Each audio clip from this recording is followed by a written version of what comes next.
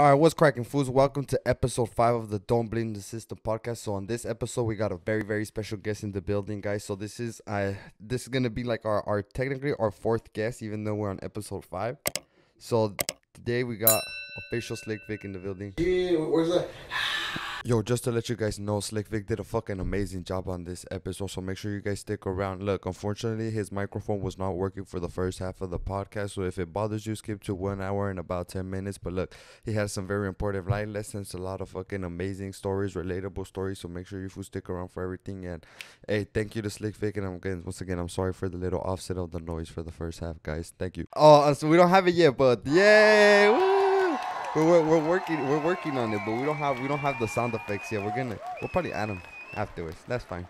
But what's cracking, fool? How you doing? First of all, shout out to the dope guy. I mean, talk about marketing, bro. Just saying. Yeah, those for you that are listening on Apple Podcasts or on Spotify, yeah, we got him on everything. He's showing off the Dove, the Stay Fly cap right now, guys. So you fools want that hat, you gotta go to doveguy.com/stayfly. And that's it. Flies in any weather. Yeah, that's right. Hey, so let us know about the hat you're wearing, though. What's up with that? This is Victorious Vida, bro. What is that about? Victorious Vida is, it doesn't matter where you come from, it's where you're going. And I mean, in the simplest form. So it doesn't matter if you grew up in the hood or if you grew up by gangbanging, you can always change your life, better it. Which a lot of the guys, at least the guys I grew up with, they ended up changing their lives. That's good. So where did you grow up? I grew up in the city of Wilmington in the projects. That's near Long Beach, right? Oh, that's near Long Beach? That's it. Okay. We're Long Beach's neighbor. Long Beach, okay. All right, that's what's up. And then how was it growing up there, though? Like, and I don't want to put you on blast, but like, around what years was that? Like, I don't want to. I grew up just as a kid. As a baby, I lived in the projects till about 17. I moved out. Not by myself. we got a house. But from 1 to 17, it was bad. It was like any other hood. Yeah. Except our hood was enclosed, so it was like we had like a little fucking subculture in there where we knew all the gangsters.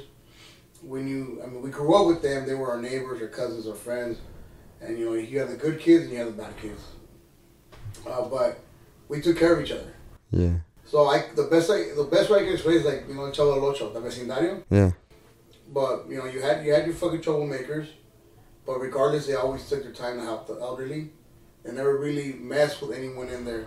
They'd go out and do their shit, Can we cuss on here? No, you can do whatever you want. So they would go out and do their damn Just don't get naked, fool, please. Rob, steal, shoot, whatever. Yeah. They did.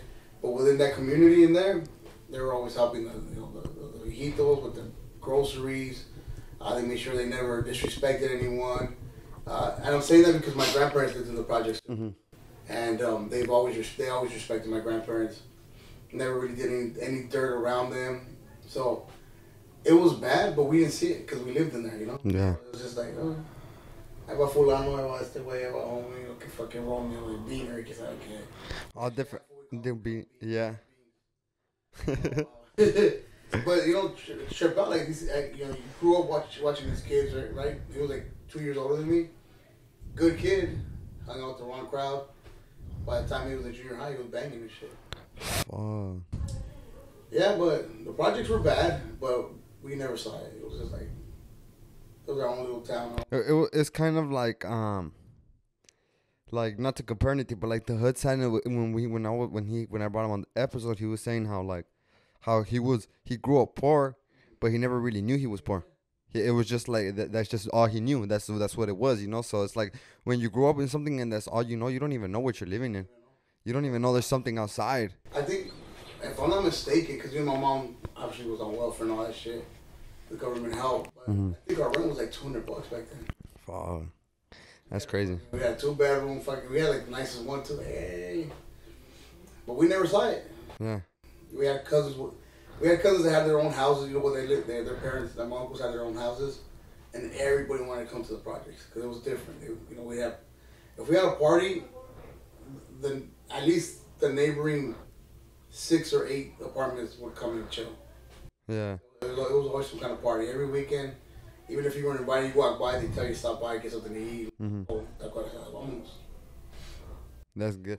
So that's like I guess exactly how you're saying it, like a little vecindad, like a yeah. And then, but how? So when you were in there, how did you stay away from trouble, or if you got into trouble, like how was? Bro, my mom was the strictest woman ever. Yeah. To this day. Yeah. Nah. I'm gonna take that back. She's fucking lenient with my brothers and shit. They're like, these was got it good. 20-year-old, 30-year, they do whatever the fuck they want. With me, put it this way, I couldn't even untuck my shirt. Oh, you couldn't untuck it. I had to be tucked in. Oh. Fucking 501s, if they bought them, they were my size. Uh-huh. I remember thinking I was a shit because I finally got my dad to buy me some 501s, right? It was junior high. I'm like, hey, the 501s, because I knew you had to get them bigger because they would shrink. But my plan was never to wash them. so fucking sure enough, he took me to the Army Navy. He's like, ¿Quieres de mezclilla? Like, yeah, I want those. Okay, I got them. So I think I was a 36 back then. So I got them like 42s, right? He's like, hey, what's up with the size? I'm like, well, look, Dad, there's a chart. If you're at 36, you got to get them 40s because they're going to shrink when you wash them. He's like, oh, okay, yeah. He looked at me like he knew my plan, right? And sure enough, he got them for me. I thought it was a chef. I was cuffing him, man. Ooh, fucking thought it was a shit. And I think I managed to keep them from being washed for like about 6 months. And then one day I showed up to the house after school, and my part of my fucking daily routine was to fold clothes. So when I was like, ahí está la ropa porque la dobles. That means here's the clothes so you can fold it. Those are fools that, one, don't know Spanish, and two, don't know what chores are. Yeah, so I go up there and I'm folding clothes, and I'm like, I see some 501s on the bottom of the hamper. I'm like, at the basket, I'm like, please don't let something like that. Please, y que los levanto. 40s. I'm like, damn. Oh. Was that heartbreaking for you? Yeah, they shrunk, bro. They look regular. And I wasn't in back then, so sure enough, bro, I hit them for about like 2 weeks. My mom was like, hey, los Levi's kept están nuevos, póntelos. I'm like, fucking, you went from wearing them like daily to not wearing them, huh? I remember one day, I was going away from wearing them because I was like, fuck, I'm not going to go to school like this. And then we had a quinceañera one time. Fuck, some finance girl. So I wore them. I'm ready. My mom was like, yeah, I'll drop you off. But you gotta wear this. So she made me wear the 501s, so fucking tight as fuck. And that's how you went. I took my shirt when I got there. So you had to take it in. So when you said you moved out, when you were like you moved out of there like when you were 17, like around what year was this? 99. 99. When were you born? 2000. That's fucking crazy. Bro. That's crazy. So when you first moved out of there, where'd you go? Same city, just on the other side, which would be the north side of Wilmington. I lived on the west side, and we moved to the north side, which was like the nicer, you could say richer area, because anyone that lived in that area was like, they were mostly longshoremen, so they had money. They were what? Longshoremen? What is that? That's all the guys that work at the docks. Oh, okay, got it. Yeah. Taking care of them and stuff like that? Yeah, they offload the ships. They do anything that has to do with containers and all. That's their highlight. All right. So those houses were nicer, were bigger, well kept. So from being in the projects, to having a house was a whole different story. But let me ask you something. When you were in the projects, how was the like the mix of people? Was it all raza or? Mostly raza. 10% black, maybe 15% black. A couple of Asians. And this is all within the projects. Now, did they get along? For the most part, yeah. You get to a certain age. Oh. You can't kick it with your black neighbor no more because, his older brother's a Crip now, or okay. His older brother's a fucking, from the hood now. Yeah. So, no, but growing up, like as kids, we all got along. But once we hit junior high, you just had to going their own way. Yeah. So when did you start this Victorious Vida thing? When I came home from prison. When was that? 2014. 2014. Yeah. And you talk about that before? I thought about it in there. No, you talked about it. What do you mean? About going to prison? I talked about it on Join the Crew. Oh, which is where you are most. Yeah, let them know. Let them know what's up. Hey, make sure you check out Join the Crew every Wednesday, 8 p.m. Check them out. YouTube, Spotify, every platform. Check us out, man. JR and the Crew. Yes, sir. For those of you that don't know, I've been on there twice. One time was a guest, and the second time was... It was kind of co-host, but and then I was kind of guest at the same time because, yeah, there was no guest. But we did a fucking watermelon challenge, which was crazy. They probably beat the record. Yeah, so you fools, hey, make sure you fools go on YouTube and watch that video, right? So JR and the Crew, shout out to JR also for the invitation. We went to speak over there with the kids. That was pretty cool. So we're gonna talk about that right now, but let's take it a little bit slower, you know. So So let's talk about prison. You want to talk about prison, or you want to talk about after when you moved? Did anything happen between you moved out to North Wilmington and? When I moved out, I was still in Wilmington. That was 17. So were you in school? Yeah. You graduated high school? Home studies. Home studies. I was, Because you were bad or because you were smart? no, I was just a smart ass. Oh really? Yeah. Yeah, that's crazy. I used to make the trolls get mad at me. They wouldn't make you do the homework? No, I'd just fucking be a smart ass. And one time, this is a real story. That is not. These fools had it in for me so bad. I'm friends with like half of them now, right? But they had it in for me so bad that they fucking planned the fire alarm. So they pulled the fire alarm on a random day, and we all go to the football field, and they just fucking started surrounding me like sharks, bro. Like, fuck. And one of the homies was like, "Yeah, fool, they're looking for you." I'm like, "Well, like, he stole away." And he's like, "Nah, fool, I heard they want to fucking jump you." Like, well, fuck, there's like 20 of them over there. He's like, there's like 40 over there. Sure. There was fools from that didn't even go to the school, bro. That showed up. So when they released them, Wait, but why? I was being a smart ass. So Smart ass as in like you were just giving attitude or like? because I grew up on the west side. Mm-hmm. Wilmington is west side, east side, north side. Mm-hmm. So once I went to high school, they wanted to claim me as a west sider just because of where I grew up. But I was never from nowhere. Right. My friends were. I had cousins that were, so I'm like, fool, how you gonna come bang on me? I'm not a banger. Like, it makes no sense. Yeah. And I would talk to him like that. Like, fuck you. He's like throwing up his gang signs. You just like make fun of him and shit. Bro, I'm like, I'm not from nowhere. And so we started this joke. We're like, all right, fool, I'm not from the west side, but I'll back it up just to make him mad. So it's like, we started this little trend. We back up the west side. They would get more pissed off because we. Fuck, yeah. It was just like we were just making. It was me and a couple of guys. We started making fun of it, and then eventually the other two fools fucking dropped out of school, and I was the only one there. So my little mother was. Oh, now you were like a little fucking lone survivor in there. Yeah, but I've always been cool to everyone. Like all my friends, they've always been like football players, jockeys. All I mean, they just they were Jockeys? jocks. Oh, jockeys. I was like, with horses? I was like, what the fuck? Jocks. They played baseball, so I always had support from everyone.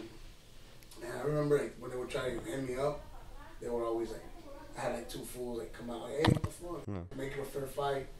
But that day, no one was a except for one homie. Fuck. Yo, no matter, bro, they fucking jumped. Yeah? Gotcha. There were so many fools that they couldn't get any good. Well, yeah, it's like, what the fuck are you gonna do? They're probably hitting each other and shit.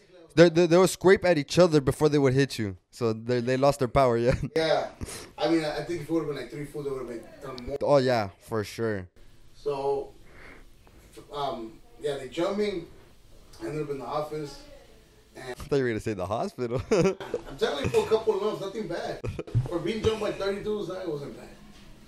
So, I go to the office, and what happened was this. I'm like, well, we can't pinpoint everyone that jumped you. So, the best thing we can do is get rid of you. So, they got rid of me. Ora. It's like, well, we'll just eliminate you, and the problem solved. Like, okay. So I went to homeschool. I actually graduated early from homeschool. So, but this was like within the school, or you had to sign up somewhere else, like or. I had to sign up.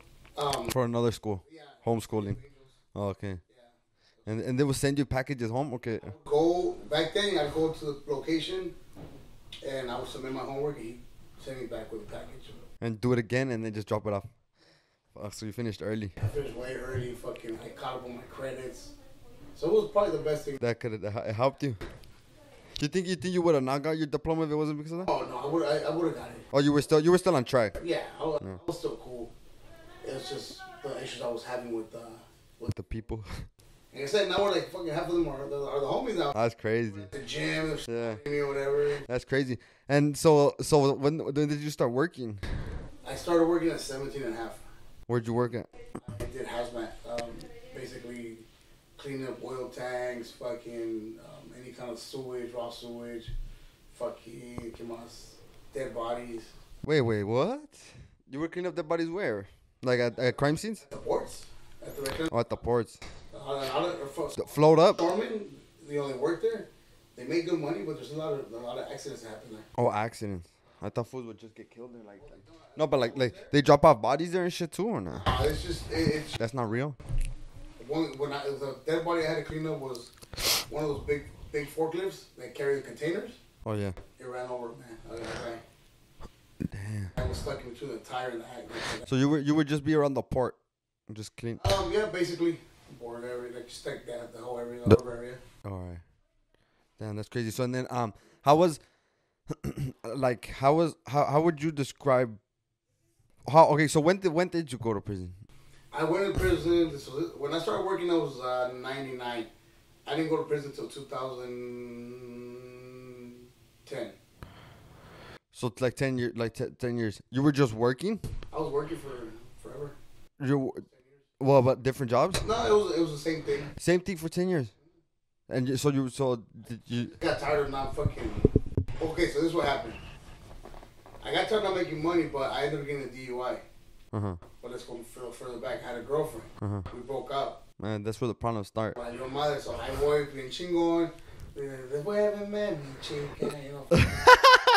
Bumping the song. I'm at the bar now because at this time I'm already of age, right? So I'm drinking. And I don't know if you guys still have. So this was 2000 and like. This was like 2005. 2005 when I got my DUI. Okay. So because of my DUI. No. When was the girlfriend? Oh, my girlfriend was like from high school to like 2005. Oh, and then so she broke up with me. Why?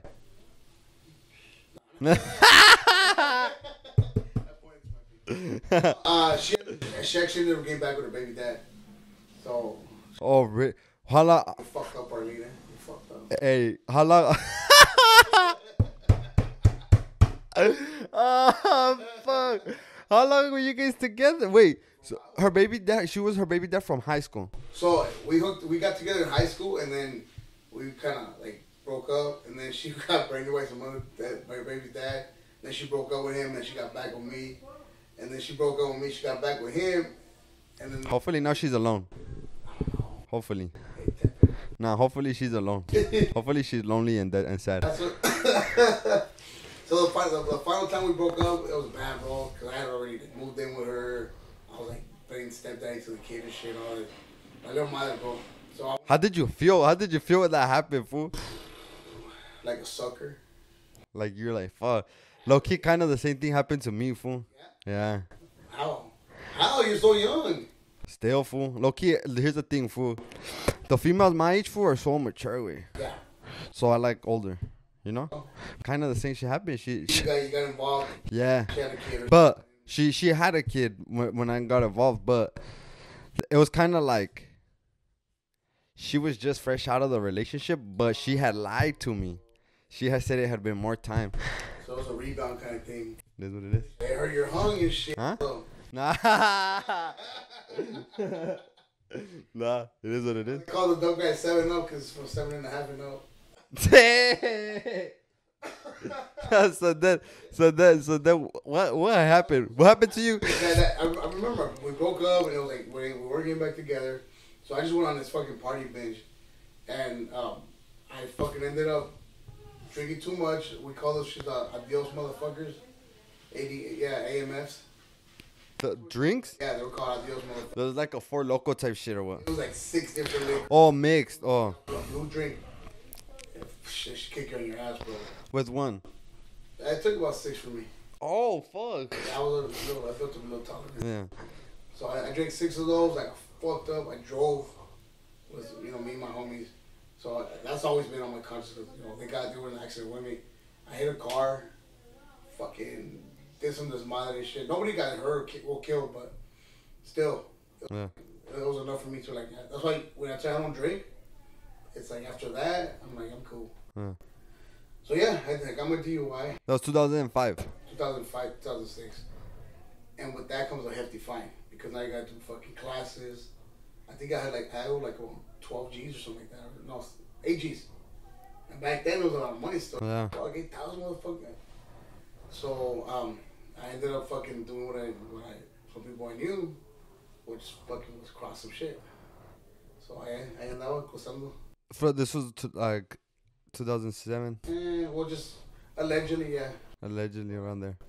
So yeah, I ended up getting caught up in that shit, and I got caught up. Allegedly, you would just pick up and drop off it. I was just a taxi driver. I was like Uber before its time. Got it. So you pick up passengers too? No. So it was just okay. I was just Uber Eats. Uber Eats, Simon. You just pick up the. Were you picking up Let's not get into it. So you were just picking up the food and then delivering it. Damn. You place your order. Uber Eats, yeah. That's how Uber Eats works. This is not sponsored by Uber Eats, by the way, but. So, how long was that? Allegedly, let me can't put a number on it. Oh, how long did I do it, or how long did I get? How long did you do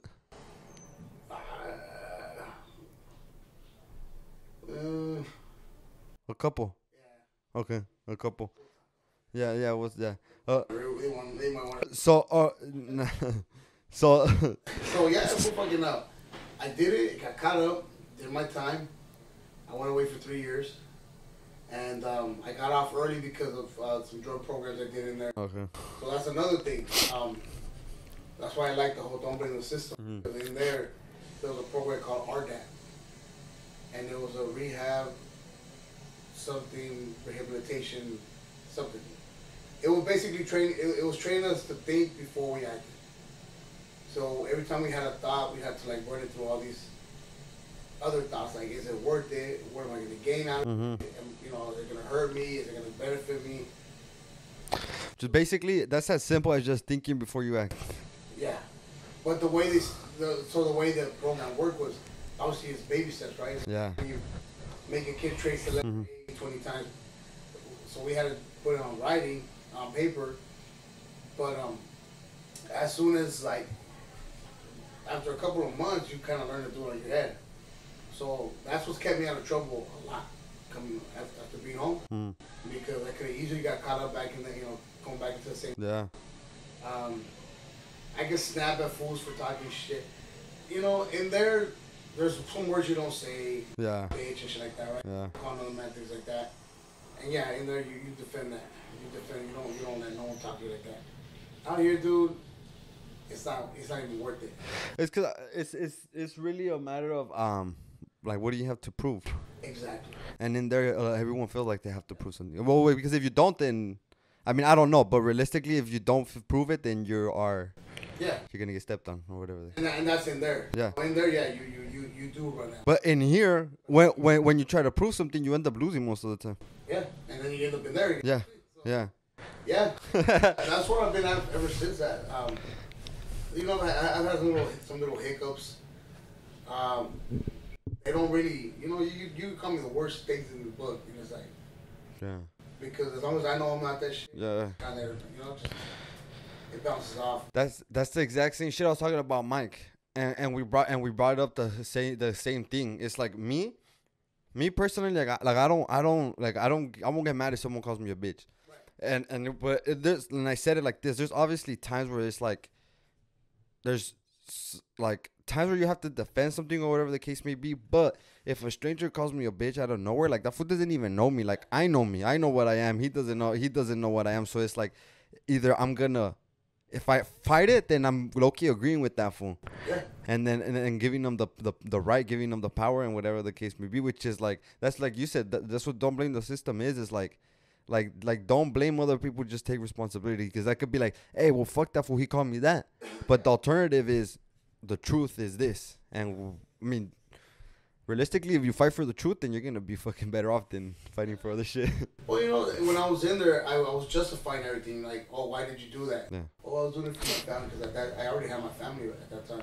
Oh, I was doing it for my family, for my kids, and the facilitators, which were basically POs, you know, officers that have gone through this course.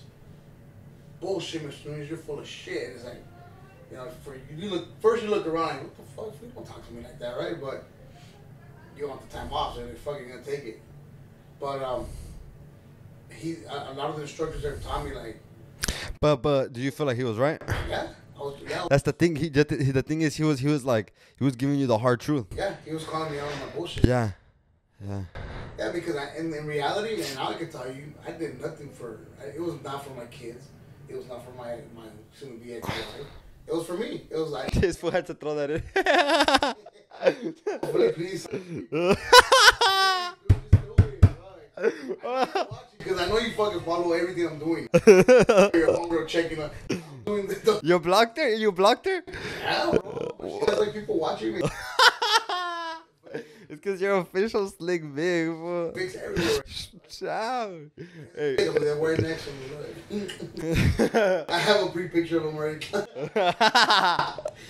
Oh, but yeah, like in reality, it was just for me, bro. I love the attention. I love making it rain. You were making the lifestyle. You were living it up. This personality plus money, it was a bad combination. Yeah, it's like the TikTok audio. I think it's like an audio as a trend that is like, if me being poor, I'm a crazy ass fool. Imagine if I had money. Yeah. So you were just yeah. I was at the strip clubs. How were your how many you had kids or one? Yeah, I had two. Oh. When you went in? 2 and 1. 2 and 1. Okay. Yeah. So here's the thing. Being where okay. Obviously, right, you pulled up to my house. I don't live in Beverly Hills, right? It's not, I'm not gonna say like, oh, this shit's fucking. The next city over. Yeah, we're close by. It's like it's not the worst, it's not the nicest, but that's every fool here that has crossed our mind. All of us. Like, realistically speaking, being from here, like, that's just. I was just talking to. I'm not gonna say names. Some fool were literally planning on like, hey, fool, like, I think I'm gonna have to, like, you know, like, but yeah, you know, or start working or whatever the fuck the case may be. And it's like, the thing is the way that you said it, because I grew up listening to a lot of corridos, right? Because of my dad, because that's what my dad listened to. That's what I grew up listening to, which is what all that talks about. And that's, you hear that very common, like, oh, you know, I'm doing this for my family, this for our family. But me having this don't blame the system mentality, I think about it and it's like, okay, one, for my family, like, I have sisters that need me here, not out there or down there. One or the other. And most of the time, I did this for my family, I do this for our family. So why are you rocking all that designer and your family still, you feel me? It's not really. Tell me the truth. Tell me the truth.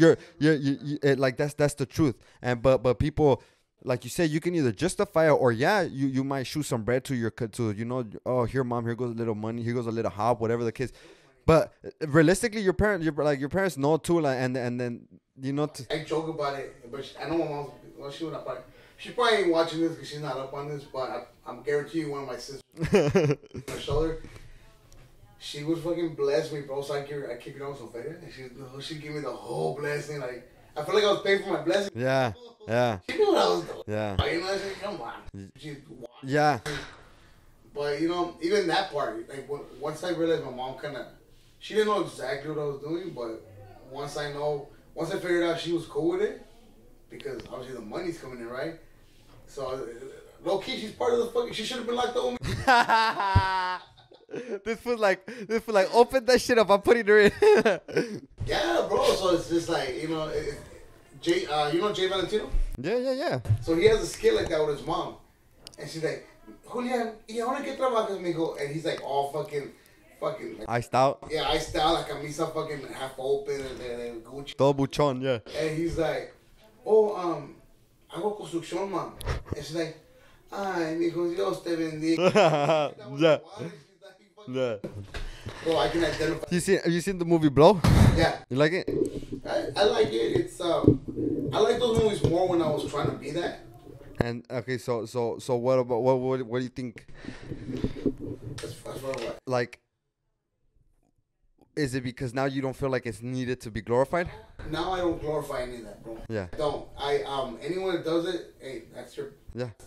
I wish you the best. If it's a youngster, I try to stray him away from it. But I'm not gonna fucking go to the extent of you fucking hating me or talking shit. But I will tell you my story, like my testimony, and hopefully that's enough for you to fucking be like, whoa, fuck. I was just talking to some other fool, and I guess this is the best advice that we could probably give to everyone here. You're gonna tell me if I'm wrong or not. I don't care how many times you say it, fool. Everyone gets caught. You know what I learned in there? What? The guy that doesn't get caught is the guy who's snitching on everyone. is the guy who's fucking working with the. Yeah. But everyone gets caught. Realistically, you're gonna be like, look, I'm smarter. I'm this. I'm only gonna do it for a little bit, and I'm gonna hop out. Is that a big lie or what? My mentality, bro. I'm just gonna pay for my DUI stuff. That's what they pay for that. I'm not. Yeah. So the primer check it was fucking like 8 G's. Like fuck, like, hell yeah. You were like, fuck it, I'm gonna pay for another DUI. I got enough for 2 months. Yeah, the whole, I'm gonna just do it for time or one time. No. So, no, look, everyone has done it before us. Fools did it before me, and fools are doing it after me. And it's always the same shit. There's always these guys on this side trying to persuade you, making it enticing, making it seem like, don't worry, it is unlocked. And then you got the guys over here that are desperately seeking it. They need it, they want to supposedly help their family. And like I said, once they get it, they're at the club, bottles, chains, fucking bracelets. I mean, honestly, realistically, I feel like there's people that play it smart and they don't spend their money, and then I feel like they just get caught longer on.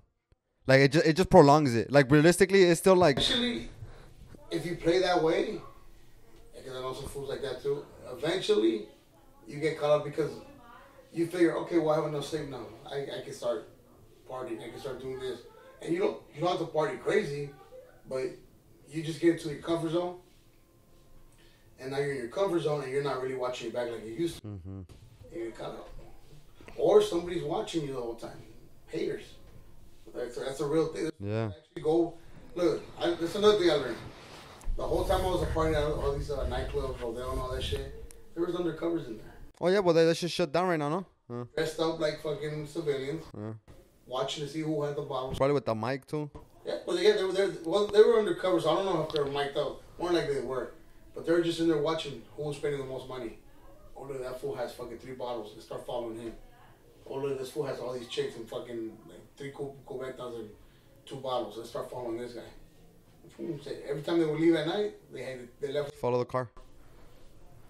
And then being in there, you start hearing the stories. You mess up around that time. That's when Rodeo was popping with the sick ass fools, no? Yeah. You mess them? Do I miss them? Yeah, you mess them? Oh yeah. The sick ass fools. I've been partying since I was 16 in there. Oh. Like since 2002, I think. I was going through or 2001. That shit. No, because I was 16, so I was like 97. Since you were 16, you were partying in there. Sneaking in, my cousin would get me in. Sick as that's crazy. I never really partied, fool. Yeah, I partied. Since 16, I was partying. And that's another thing. My mom knew I was going with my cousin. And your cousin was. Oh. Yeah, boy, fucking, I andaba en pinche Rodeo. My cousin was popping bottles. I was just like a moocher. Her cousin was working too. I don't know if he was working. You didn't ask. I know he had the hookups there. So he knew the fools there. Yeah. That was a big gathering spot, no? That place was a fucking. That was like if they would have just fucking closed it up, I would have fucking taken like 20 fools. Probably the biggest wanted fools. The biggest wanted 20 fools. They would have been. All of those fools would have been in there, huh? Fuck. That's crazy. But and then so shit like that is just like you know, like you can be just kicking it with. See, that's the thing now. Conspiracy. Yeah. Just by being next to somebody, they can take you in. If you heard the conversation, you're a part of the conversation. You don't hear shit. They just say I was still doing that. You're fucking doing the interview, and they fucking decided to hit me now. Oh yeah. You're going down with me. We talked about it. I'm not involved. Leave me alone. Nah. No, but even being in there, I heard some, I heard some cases, and just fucking, cause just by knowing, just by calling this guy, just by being around him. I don't know. But is El Chapo just aimed for just conspiracy? Who? El Chapo. Nah, I think they got some evidence on him. Yeah. Yeah. You know, just saw they just fucking captured Caro Quintero too. Yeah. That's crazy. Everyone gets caught. Everyone gets caught. That's fucking. That's. I don't care how, like you said you got it unlocked. You've been doing it. I got the perfect plan. It's never perfect. All right, so I feel like you kind of fell into the system, right? And it was like realistically, you could either like blame the system, and you could have just stayed. Blaming it. Yeah, I mean, I feel. Yeah. I like it. I like the title of it because I was that blaming the system. Yeah. Oh, I grew up in the projects. Oh, my real dad split. Oh, if my mom really cared, she would have been there more. Fuck that, dog. You're your own person. Man the fuck up. I made my decisions. When it was good, it was good. When it was bad, it was bad. Yeah. So that's why I decided this whole Victorious Vida was when I was in there, because you're in there and everyone's miserable, bro. Everyone. Oh, fool, you're gonna get 20 years. Oh, you're gonna get 30. I'm like, what the fuck? They're just being negative. Yeah. So I'm like, who the fuck did I kill? Oh, fool, because you had this. It's the time to give you more time. The minute I learned to close that shit out, all that noise, my time went by fucking so quick. And I'm like, they were like, oh, when you get home, you won't be able to fucking get a job now. You're gonna, not even McDonald's will hire you. So they're trying to put all this negative bullshit in your ear, right? Before I came home, I got into the pipefitters union. I did my 5-year apprenticeship. I became a journeyman. Boom, making top pay, making $55 an hour. What'd you say it was called? Pipefitters union. Pipe fitters? Pipe fitter. So that's a good option for foods that are coming out. Any union is a good option for anyone coming out. All right, so anyone. Or refinery. Union or refinery. Carpenters, union, pipefitters union, electrical. Electricians make fucking bang. Yeah. And fucking half of the guys are fucking felons, and other fools are fools that didn't want to go to school. Yeah. But yeah, so I started coming up with the Victorious Vida shit, because I'm not gonna let these fools fucking dictate where I'm gonna go with this. It's not where I'm coming from, it's where I'm going. So that's where that whole model came, right? And I was like, all right. And for a while, I was always writing Victorious. And there's already a clothing line called Victorious. I'm like, fuck, dude, I can't take that shit. But I modified it and said, fuck it, Victorious Vida. Because, no matter what, I'm gonna have my victorious life, regardless of what I've been through or what I've done in my past. I can always change it. I can always be positive. And I think that's why I try to do.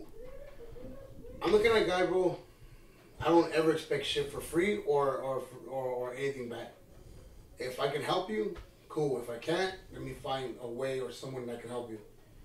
And a lot of people are not like that. A lot of people are like, well, what can you give me in return? Just like being in prison. Mm-hmm. Tell you, nothing in there's for free. Yeah. I don't like that shit. But I came home and I launched Victorious Vida, a little bit over a year and a half ago. And it's been successful. So what year you said you came back? I came home 2014. And then so you still work at the same union or no? No. I was at the union, and then get this, I got a job with the county with a record. Well, that's what I'm saying. It doesn't matter where you go. Did you get a felony? Yeah. Okay. So I did my 5 years. I left the union when I was 7 years in, so I was already a journeyman, and then I got in with the county, and I was there with them 17 months, but then COVID hit. And when COVID hit, they let me go.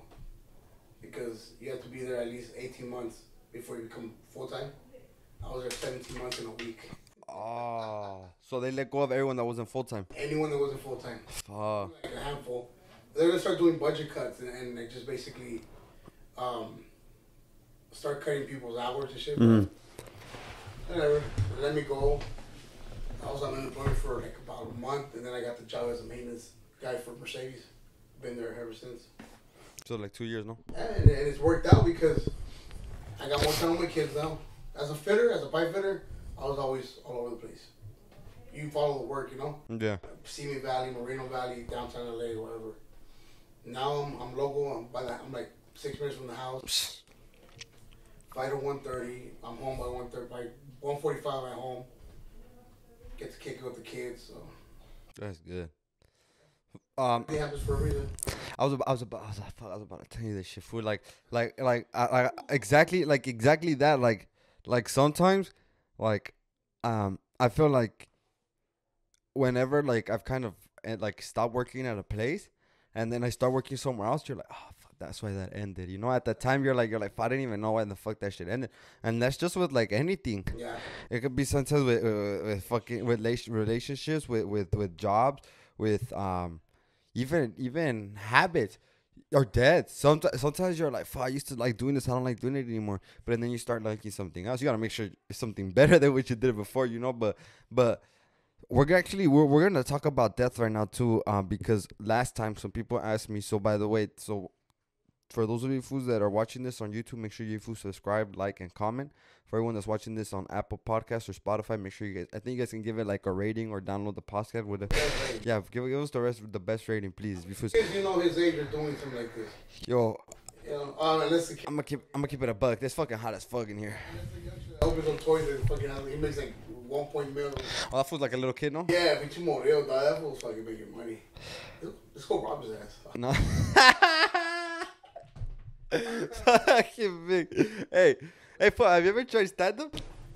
No, they keep telling me to do it, but I don't have I don't know, I'm not ready. I have to put it down on paper. I have to come up with some material. You see, I don't think I could do that. I don't think I could put down jokes on paper for like. You just off the fly, you just off the top of the head.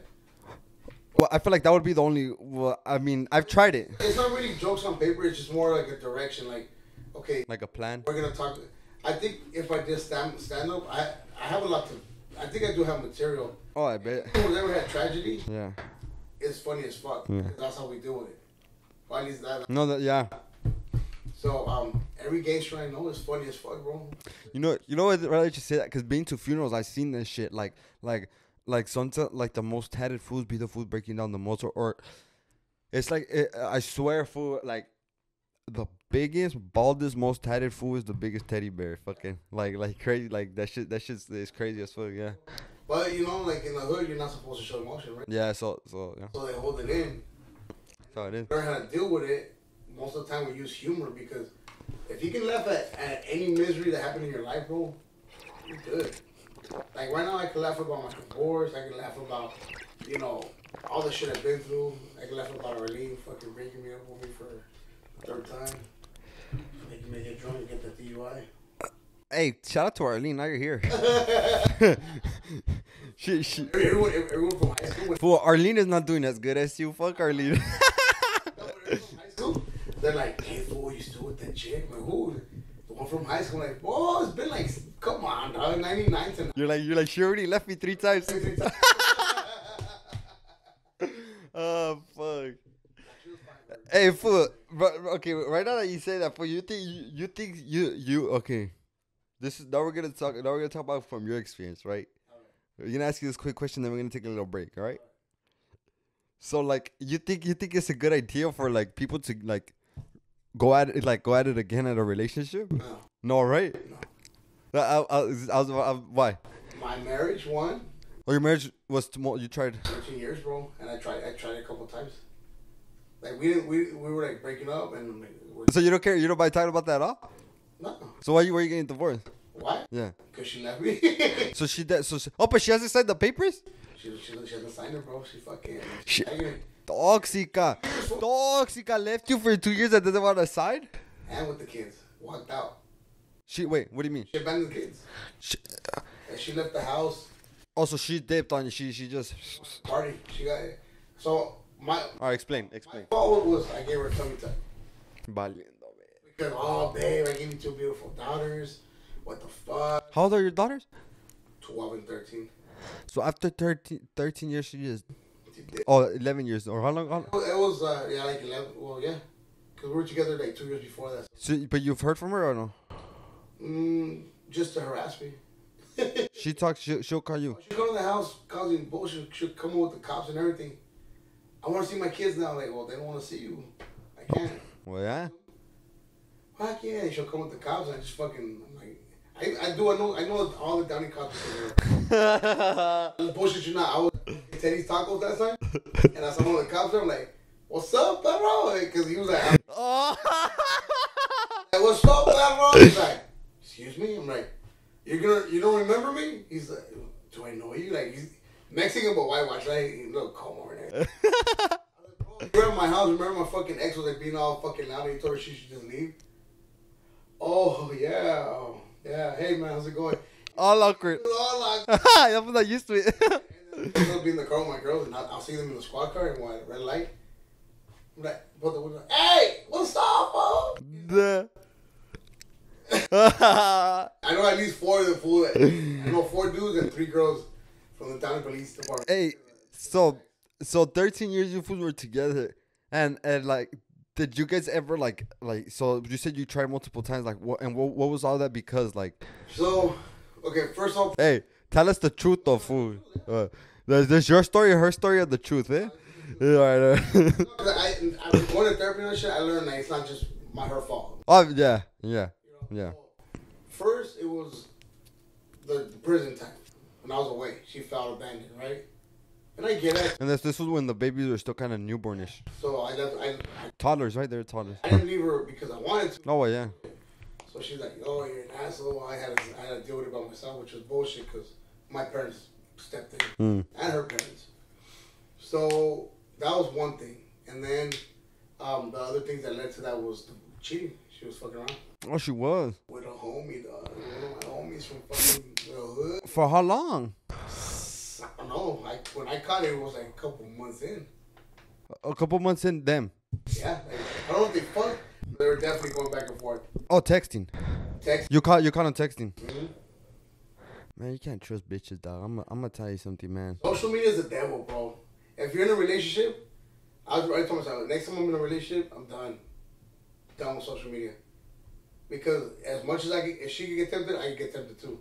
It's so easy for anyone to come in and just fucking DM you and fucking throw you what's up, and it's tempting. Fool. Honestly, I'm gonna keep it a bug. So we're talking about like you said, right? Like it's just not. It's obviously there's mutual faults when it comes to a breakup most of the time, right? Me, I can't trust, fool. I can't trust anyone, fool. And it's just like, bro, I just seen too many shady like females, fool. Like it's it's not even like you don't even have to be shady. Like it's just like it can just be like what you said, just a simple, hey, I can offer you something a little bit better, or whatever the case may be, or because like. Fool, I'm gonna keep it a bug, and I don't give a fuck who gets mad, fool. But realistically, fool, I'll bet on anything, fool, that girls cheat more than guys. Oh yeah. But here's the thing. Oh, babe, it's just a friend or whatever the case may. Oh no, it's just there's no such thing as just friends. Fuck no, fool. If you have a homegirl, no, fool. If you have a girlfriend and she believes that there's such thing as friends. You just gotta keep it pushing, bro. You know that says she has a friend. Oh, he's been my friend forever. No, he's just been waiting to fuck forever. You just fucking haven't let him. You call him. Yeah. Whack. Yeah. So like I said, it wasn't just on one side. I had my little temper, little attitude problem and shit. But I was always there for my kids. Mm-hmm. I think that was another issue because I had more love towards my kids than her. Because my kids are a part of me, you know. Hers just, she's her own entity. But my kids have my blood running through them. So, and that's one thing I learned through therapy is like, well, first of all, I really didn't love her. She was fine. Big tits and everything, fucking, you know. You think you never loved her? It was more lust that turned into like love, obviously, when she had my kids.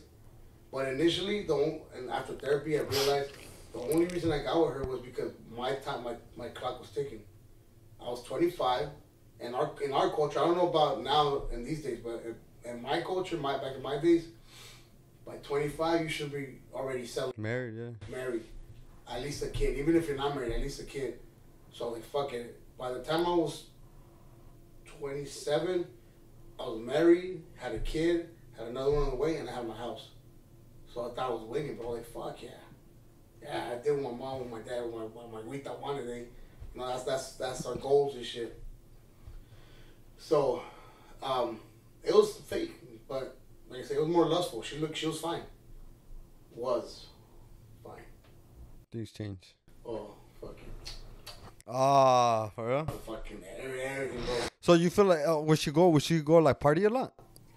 No, for a couple of years, no. Oh, so it changed. After the tummy tuck, she got this confidence. You see, that's the shit. Oh, man, let me tell you something. Before the tummy tuck, she had that carne molida stomach, right? Yeah. I like carne molida because it looks like pinche carne molida. And so she would never wear anything crop top. But she wasn't fat. She was just like, her skin never went back. So just kind of insecure about it. So it was like, whatever. The minute she healed from her tummy tuck, oh, babe, I'm going to go to have drinks with my friends. I'm like, well, what friends? I'm like, shit. Been together 12 years. Wait. Yeah. Now, you see that? That's why, like, okay, so the girl that I was with, fool, is like, it was hard for me to see, like, how could I say, like a future, because I always saw that happening. Like, in a matter of, like, it's not even like, fool, think about years. People can change their mind, and it can be simply just because they got bored. I just saw something online right now where a man was married for 34 years, and he was being operated the stomach, I think, and his fucking wife left him while he was being operated. Thought he wasn't gonna make it. Left him, ran out for some other dude. Turns out she's been messing around with that fool for like a year and a half. Oh, let me tell you something, fool. They been had him on the side before they left. All of them. They know which was next up. Batter up. Exactly. They know which was next up, fool. So it's like, it's like, fool. How do you me? I don't believe I'm ever gonna get married, fool. No. I just don't believe there's such thing, fool. I don't believe there's gonna be anyone that's gonna make me feel confident in them being genuine. Well, Do you think I'll get married again. No? Nah, well, fucking, I did it the right way, supposedly, by your mother. You're like, why try again? Yeah. If I was to ever do that again, prenup like a motherfucker, everything. It'd be more of a business deal than a marriage, but. Oh, that's crazy. All right. People do change, bro. People change. One thing I look for my therapist is everyone. How long did you go for therapy for? I'm still going for a year and a half. No, how's that going? Oh, with the family. No, separate. Oh, well. One session, me and the girls, and then we'll do one separately. So what do you gotta say to the fools that think that they're men and they can't go to therapy? Let them know right there. Go to fucking therapy, dog. Crying, you're gonna cry regardless. You're already crying in the room and shit. I will fucking cry and get the fucking problem resolved. Go speak to. Hey, I went to therapy too, fool. For my mom wanted me to go to therapy when my mom was alive, and I went for because of everything that was just going on. Okay, so we had a lot of issues. Like, there was issues when I was young with my dad, and I never went to therapy for that. I bought everything in. I don't know how to. I don't like. Huh? You split? My dad? Yeah. It was more. Fool would drink a lot. And then I got to a day where I fool did some stupid shit, and then after that day it was just like, that fool just dipped. Well, they kind of kicked him out, but he kind of knew better than to just come back. So it was kind of like, that's a wrap. How old were you though? How old was I? I was like 9 or 10. Yeah, that's a critical thing. Yeah. So fucking I grew up with just like I don't know what I grew up with. I don't know. So the thing is, I had a very loving mother. But here's a thing too about, like, when it comes to like relationship shit is like, I like the only love, like, I don't really get love from my dad. So the only love that I know is from my mom. And the love that I got from my mom was 100% unconditional. like there's no doubt about it. I couldn't have done. I'm never gonna find that. No, not like realistically, neither of us. We're never gonna find unconditional love. Like forget about it. I'm sorry. I don't care if it breaks your heart. That doesn't exist.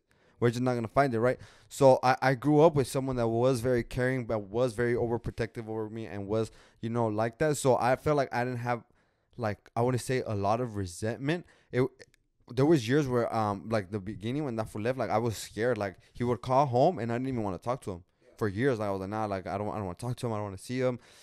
When I was in school, I guess I guess that this would be, and it's more like self therapy, fool, because I talk to myself all the time, and I always kind of see why it is that I act a certain way that I act, or whatever the case may be, and what I would say would be kind of like abandonment issues that they're clearly there because I remember being in school or in elementary or even got to middle school, fool, when I was in well, shit, was only like I only went to middle school like 2 or 3 years after that, which, so what would happen was my mom would go pick me up every day, right?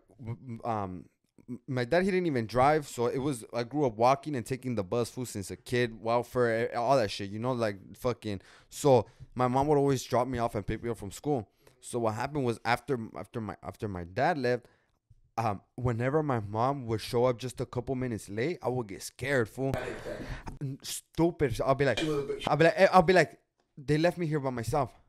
That's crazy. And I never thought about this shit. And this is low-key the podcast helps though, fool, because like I talk about this shit and it's like, yeah, fool, and it's like realistically, like that's just how can I say it? Like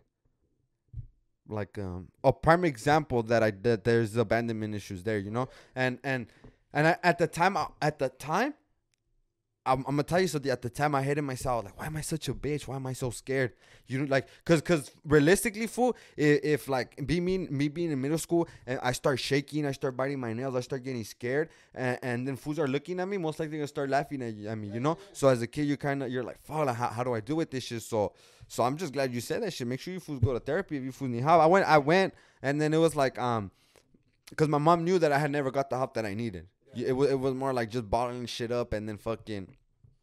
And then when my mom found out that I was smoking, she was kind of like, you're smoking because there's something wrong, And at the time I was like, nah, I just like how it feels, like every excuse is like every other kid, It just exactly, And then so she was like, you have to go to therapy, like, do it for me. And that's the only reason I went. And I would tell the therapist there too. She'd be like, why are you here? I'd be like, cause my mom told me to come. Like I would never lie to her. I would be like straight up, like, this is not something that I want to do, but it's something that I feel like I do have to do. I feel like my mom is in the right that I should do this, but it's just like I just don't feel like this is. I don't feel like this is gonna help. I told her because one, I'm just gonna come, we're gonna talk about it, and you're gonna tell me do this and do this. But most of the time, I know that already. Like I already know what I have to do, but it's just I don't do it. Like that's a problem that a lot of us have is we know. We don't act on it. We know I think I don't know if I made a video or if it was in a podcast, but I tell people like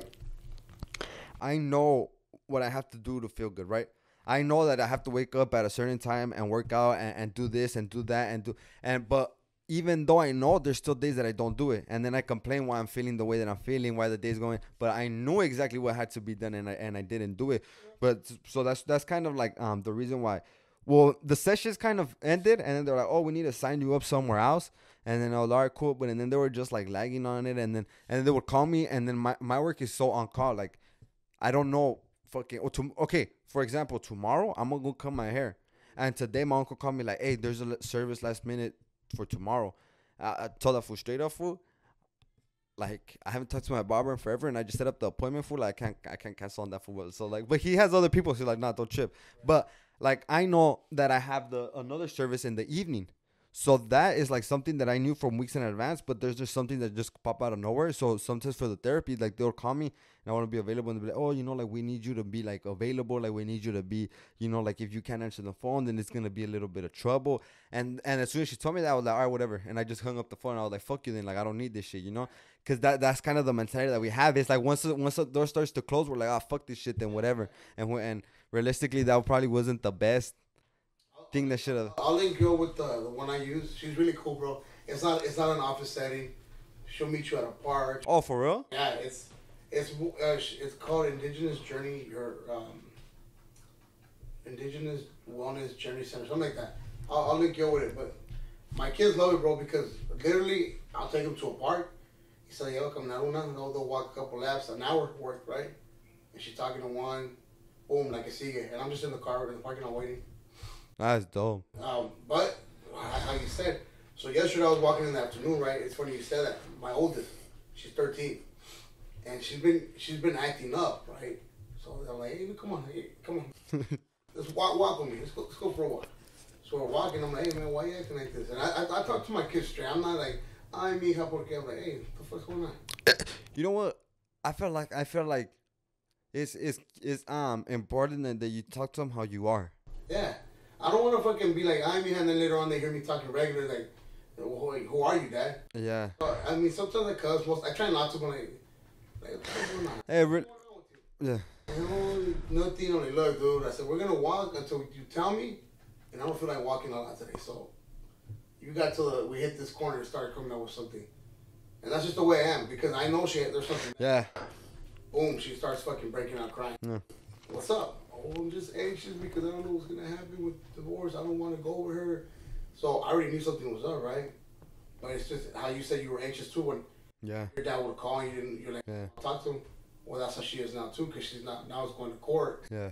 And it's going to be in the judge's hands because we couldn't settle out of court. So she's all anxious. My youngest is all anxious. And those are the fucked up parts of a divorce, right?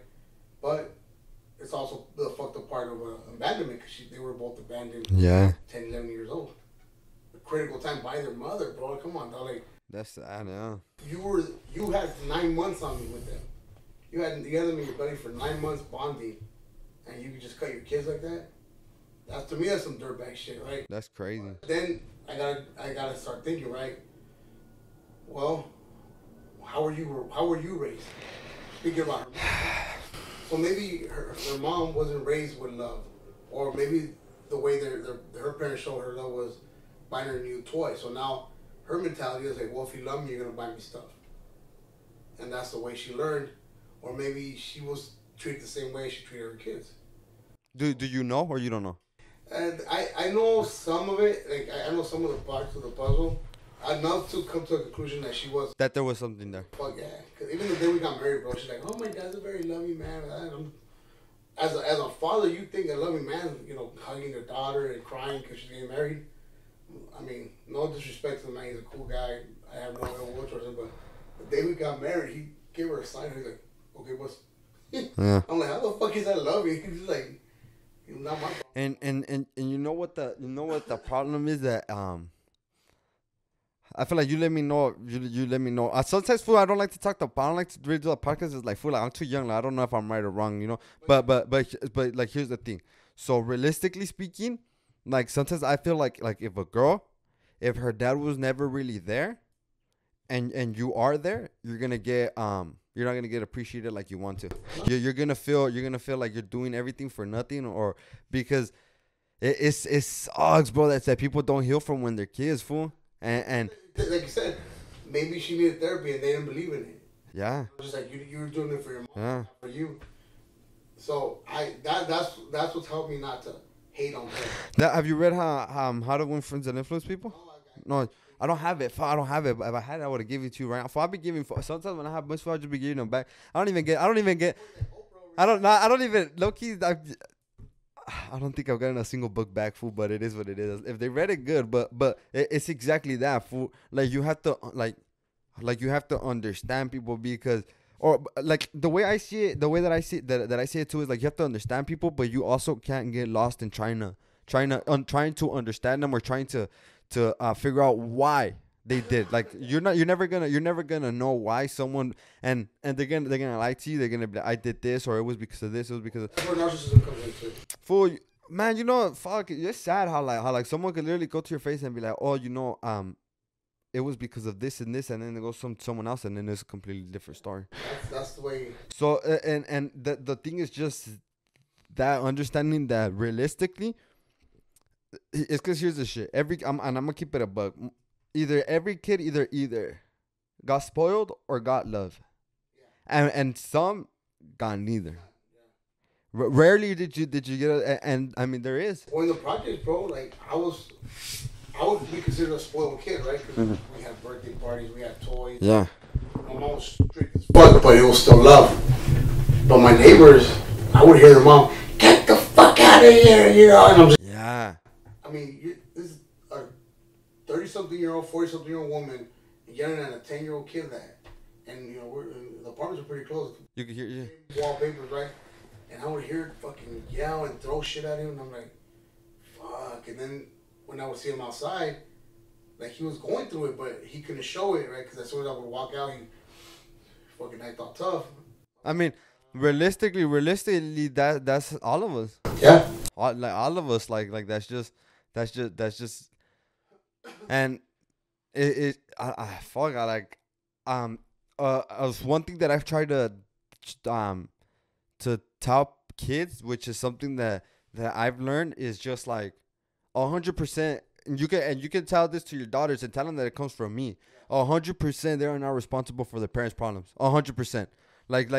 Do me a favor and let them know that from me, that I want that from me, like, remind them that the 100% your parents' problem is shit that they didn't fucking figure out. And so now the shit is, are you gonna figure out your problems, or are you gonna do the same shit?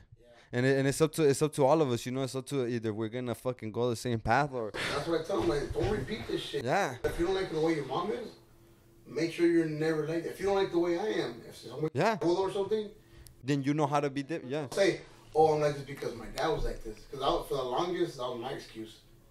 Oh, my mom fucking would talk shit. You know, was strict. I could be strict with my kids, and there's a fine line between being strict and very overly strict. You know. So now me and my daughters, we have this fucking. I want to say we have a good relationship. Like, we're real open. I talk to them about sex. I talk to them about drugs. I talk to them about fucking boys, because I don't want them to hear it from the streets. Yeah. You know, like even the sex part, I thought it was gonna be weird. They were talking about boys, and one of their girls, like, I overheard them saying one of their friends felt a tickle down there because she kissed her boyfriend. I said, whoa. You know, they're talking, and they think I heard. I said, what happened? And they got shy. I said, no. What were you talking about? I want to see if you guys are on point or if it's bullshit, you know? So she's like, oh, one of our friends, I think, had sex already. I'm like, what do you mean? So, yeah. Because she felt a tickle. Yeah. She kissed her boyfriend. I said, all right, let's have this talk now, because it's going to go the wrong way, yeah. Sure enough, they knew some of it, because, I mean, now... Oh, yeah, they have phones? Yeah. Everything. Even fucking the Disney Channel. Music, too. Talks about it. But, yeah, I try to be open, because my mom wasn't open with me. See, same. Yeah. I was very sheltered. I didn't know about sex or none of that shit. And you fucking learn it from your peers who don't know My little fucking homies passing around a fucking Playboy, bro, that half the pictures were stuck together. And I'm here trying to unstick them. Like, which one of you was glued in? Get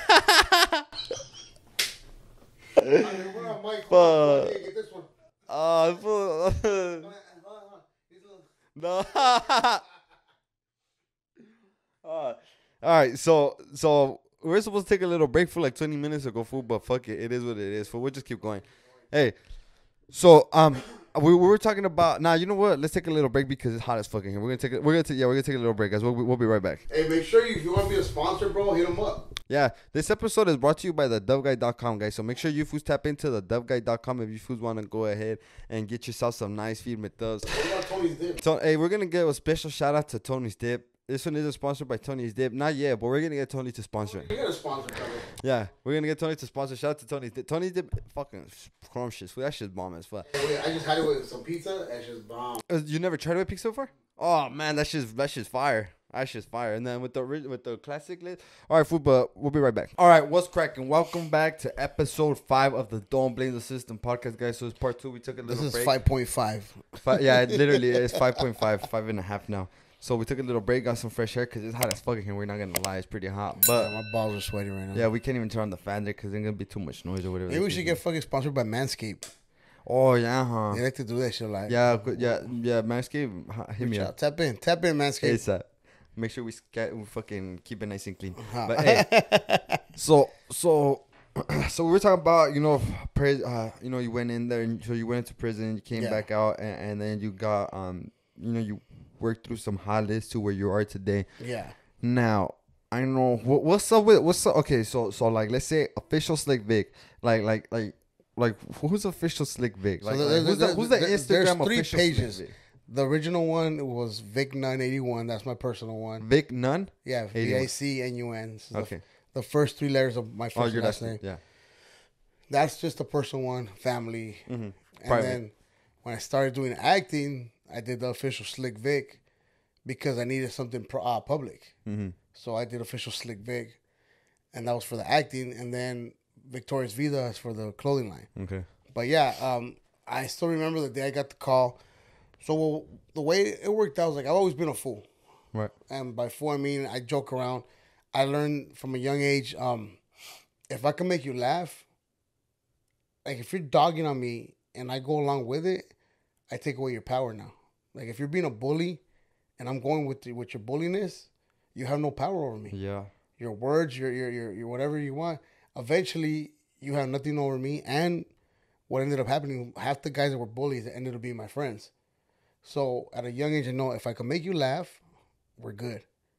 And that's taking it back to like 3rd grade because I was always a fat, chunky, thick kid, Yeah. They had so many things to clown on. Had a flat top, fucking, you name it. So, so I took the same thing in the prison. Everyone's miserable there. I'm making you laugh. So I was making fools laugh. I was doing drawings, caricatures. I got along with everyone in there. Mm-hmm. So coming home, I remember I ran to the page from the streets to the set.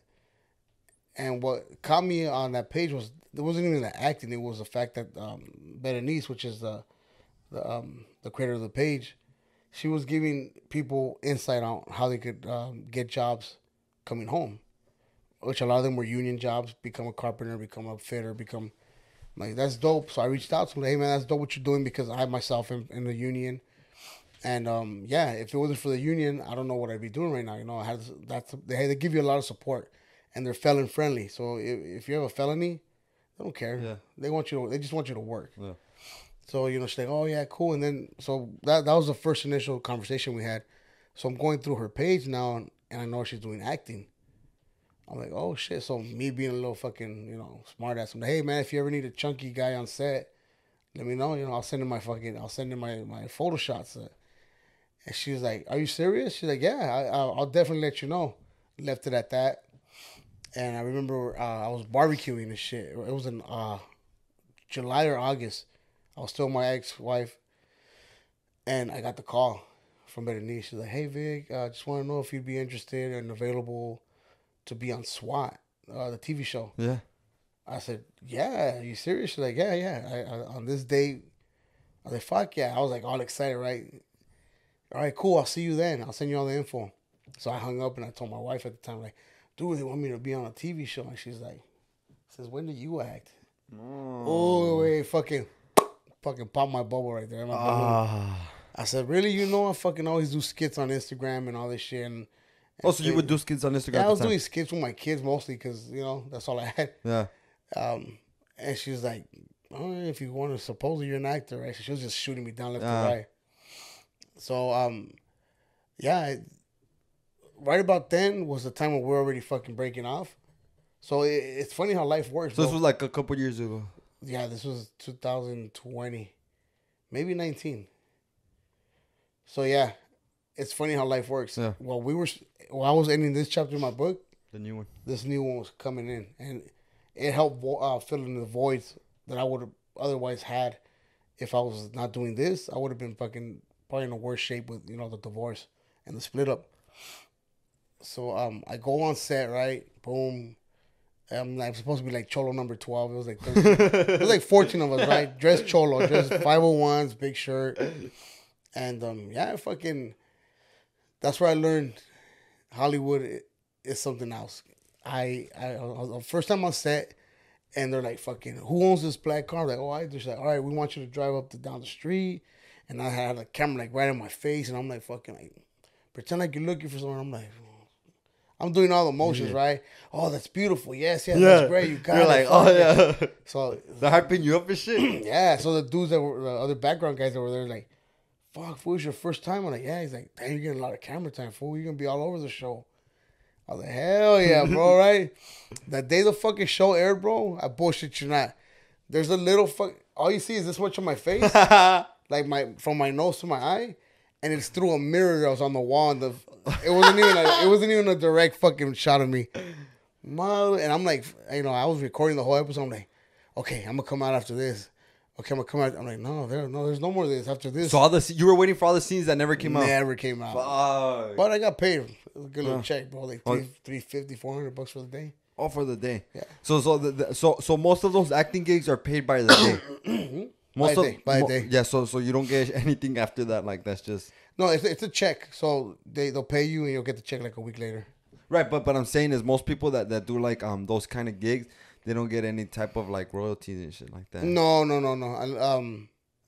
Royalties come like for the big main guys, actors. Main actors.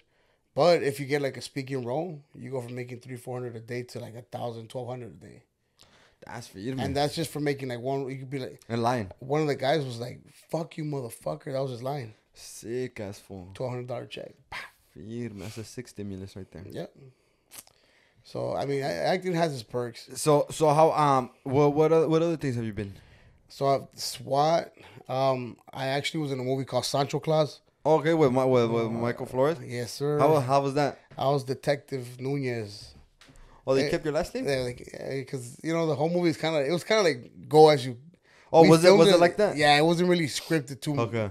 There was a guideline, but nothing like in cement, right? So, yeah, I was the guy that was after Sancho Claus, which is Michael. Okay. And I was like, I had a heart on for him. Like, I wanted to take him down. I thought he was a piece of shit. So I think cool. You know what? I'm gonna see the movie. Actually, I haven't seen it. It's on Prime, no? It's on Prime, yeah. Yeah, I'm gonna let. You know what? It's one of those movies like Up in Smoke. Just a little kickback, yeah. Just a little laugh. It is what it is. It's supposed to get you make you laugh. If you smoke, you're gonna relate to it because there's a lot of smoking in it. But yeah, I did that. I've done a lot of music videos. We're gonna finish refilming. The movie's called Pug. It's about this guy who's a boxer, and I'm just one of the thugs on there too. Do you like watching movies? Yeah, I'm a big movie buff. I like comedies. I like anything with Adam Sandler or Will Ferrell. Okay. And then I like anything with Goodfellas and all that shit. Like Mafia? Yeah. Okay. But now I'm like more into like documentaries. I like seeing the real shit, like the truth. Yeah. Because they're like, nah, that shit don't happen like that. Fuck, no, that's not real. Yeah. So what do you think? That streets from the set is kind of like for people that obviously from the streets. It has that stigma now, but it's grown so much from when I started too, and it already had a good following, right? Now you don't have to be from the streets. I'm not from the streets. I'm not a gangster. I'm not from a hood. Yeah, it helps. Like, I mean, when you go to Hollywood, bro, and you go on these shows. And they don't gotta put a fake tattoo on you because you're already blasted. And it makes it that much real. Yeah, they save time. And that's what we do from the streets to the set. So, like I said, I'm street in the sense that I grew up in the projects. That I can be hood because I know what hood is. Yeah. So I don't have to fake it. And even if I didn't live it, I'm my cousin. You know it. Yeah, my cousin. It's second nature. Even if it's second nature. It's not gonna come off as fake because. You know how to really mad dog somebody or how to really talk. I feel like it's more of you know how to do it, but you chose not to do. Yeah. I feel like we all kind of know what it's like to be out here. I feel like your hair gives it away right now. Like it takes it away. I mean, but when you had the little lineup, a lot of people. Fools will be like, how are you a cholo doing that? I'm like, fuck, not even a cholo. What the fuck are you talking about? Like, what? You're street though. You're from the hood. Right. It's like, we don't live like a certain lifestyle, but we know it, and we know everything that's around here. Yeah. We know. Well, you're part of it. Regardless, you're part of it. Part of it. Yeah. Yeah. That's the thing with the projects. I guess you could say like either you're a bystander or you're in it, but you're still a part of it. You're still part of it. Yeah. I mean, and the thing is, when you get someone that's not from the environment and you bring it in, then it seems fake. Because then they really have to try. I think like On My Block, the first season. You didn't like it? Yeah. I think it was more fake as far as the gangsters that they were using. You know, I think you put a Pendleton on and that's it. Nah, they're not all cholos were Pendletons. Not all of them, you know, dress like they're in the 80s and shit. They don't all wear. And just because they dress like that doesn't mean they're cholos. Yeah. And I have a friend who's a teacher in Bill Gardens. He's like, Vic, you wouldn't even know, bro. Like, the new leader of the fucking gangs here. Skinny jeans, comb over. Edgar cut. Yeah. All right, Edgar cut. Yeah. It's like, fool, you think you're going to see this fucking cholo with Ben Davis or, you know, 501s. Skinny kids with skinny jeans, Jordans, comb over, little backpack. So, the times have definitely changed. Yeah, it's true. So we're gonna go ahead and have a couple more topics in, but I want to go ahead and just dive more into this more like acting lifestyle, not lifestyle, but like just acting, because I'm sure you've seen. It's therapeutic, bro. Therapeutic in what way? Because when you're doing acting, you get to release a part of you that you either had to hold in, or if you've grieved before, it's another way of grieving. That's just, for example, breakups. If it's one of those scenes, you just take yourself back. I'll take it back to Arlene. Keep fucking mentioning your name. Arlene, that's the one that broke my heart, Pedro. Not even my wife, ex-wife did that shit. Arlene did. Man. But that's that junior. That's the high school love. Arlene. You're fucked up, first of all. The scars that never erased, okay? I'm still going to therapy for that shit. You should have been known the damage you were going to cause. Thank you for creating a fucking superstar, Arlene. You missed out. You're fucking welcome. Yeah, so you take yourself, you take all those situations you've been through, and you put them to work. I had a drama class in high school. Yeah. Where we would act. I would say I was probably the only one that acted in the whole room. Like, no, everyone was just so shy. But to me, it was just so like, I want to go up there like and tell me whatever. What do you want me to do? I'll fucking do that shit right now. What do you want me to pretend? Like, it's just a matter of like living something different, you know, or just being able to express like I don't know, like it's just like that was a way of venting for you. Yeah, it was dope. That shit was fucking amazing. The thing with you is like you're really good at speaking. So there's probably something there for you, bro. Yeah. I just don't know. Like, here's the thing. Well, before you go, right now there's a movie being made about Edgar's. Edgar's. I need an Edgar. Yeah. So my manager's looking for a couple of fools that are really committed. It's gonna be like lines, bro. It's like a main role. Tell that fool he wants me to get an haircut. I got a haircut appointment tomorrow. Bro, if you do it, I'll put your name in the bag, homie. I'll do it. You want me to do it? I'll put your name in the bag. If you do it, let me know. We'll text you after this right now. We'll lock shit in right now after this. All right, man. I'll do that shit. I don't give a fuck.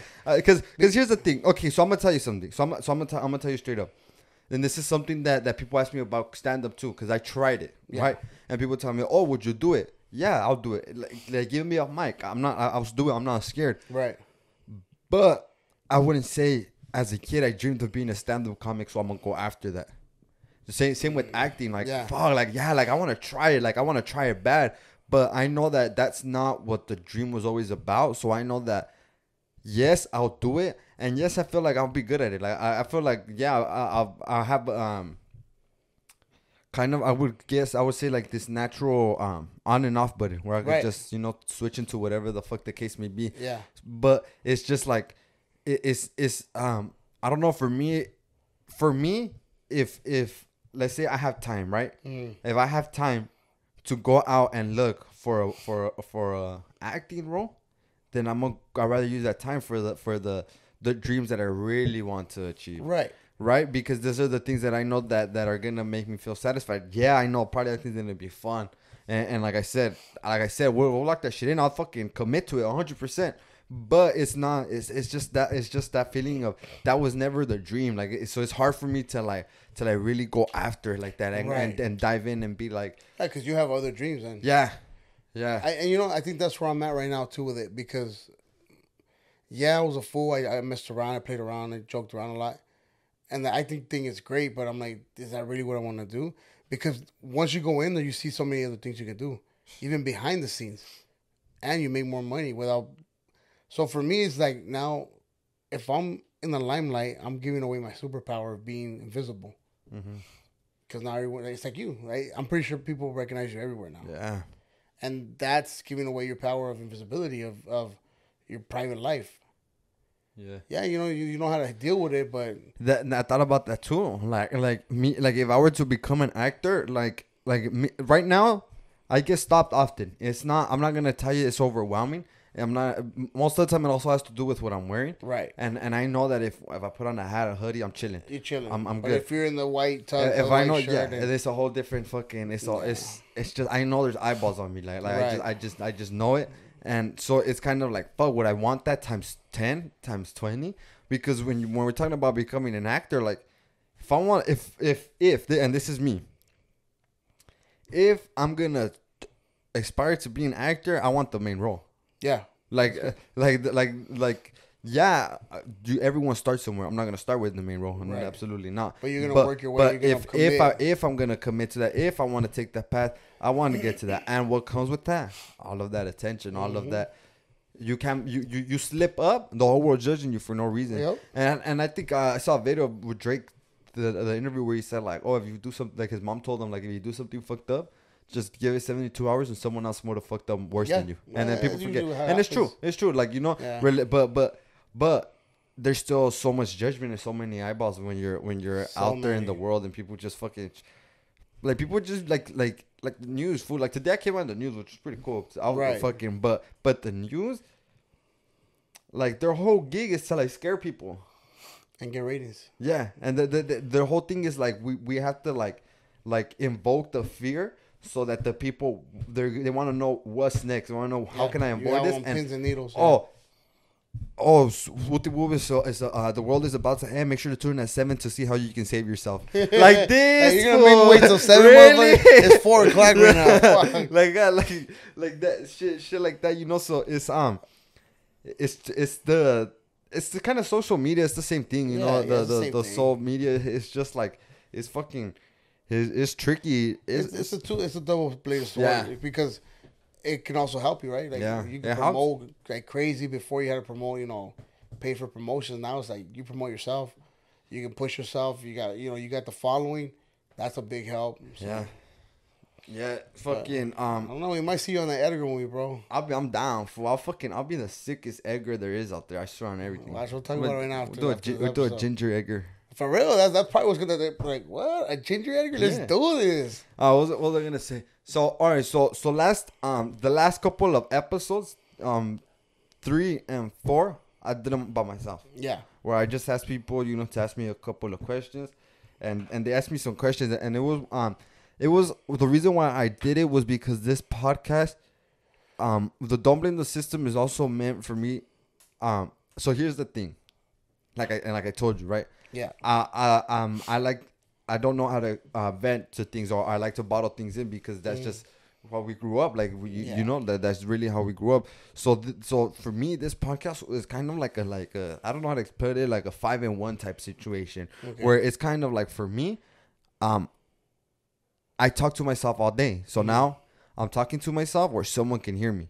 Right. What did you say earlier? Even if one person can be like, oh damn, like thank you, or that's all sauce. That's all it takes. Why? Because I remember when I needed help and I heard that one person say something, and that spark got me out of that little hole that I was in. Yeah. And that's just one. And another thing is I kind of wanted to share. So the thing is, I've told myself this, okay? A lot of the mental shit that we all go through is I told myself, like, fuck, I asked myself, like, there's no fucking way I'm the only one going through this. No. Like, there's no fucking way. So I question myself. I'm like, dude, there has to be other people. So to me, it's like, this is letting other people know, there is other people. It's not just me, you know, like, fuck, like, And it creates that help because someone might be able to help you or you might be able to help someone. Yeah. And it can, and like the other episodes that I did, it was a lot of rambling. But, like, with the rambling, I always try to, like, at the end, like, here's this lesson, you know? Right. At the end, like, there's this lesson, like we talked about certain things, like, at the end, you know, there's certain lessons, like, everyone gets caught up, like, one of the lessons, fucking shit, another lesson, fucking don't restart a relationship, especially if they go with someone else. Right. It's just like cheating, bro. Yeah, it is. Once you cheat, bro, I'm sorry. I'm a big believer in this. Yeah. Once you cheat once, it's gonna happen again. Yeah. It might take 2 weeks. It might take 2 years. It might take 20 years. But the thing is for me, like in that example, is like if you don't do it in the first 2 weeks, now I'm more scared that I'm gonna give you 20 years and you're gonna do it in 20 years. And it's like, fuck, just do it the first 2 weeks. And I'll in kick a way, you out already. it's self-sabotage, but if you don't put yourself in that predicament in the first place, it's better not to then. I think self-sabotage is that shirt I just showed you. Yeah. That's really self-sabotage. That's what I got from it too.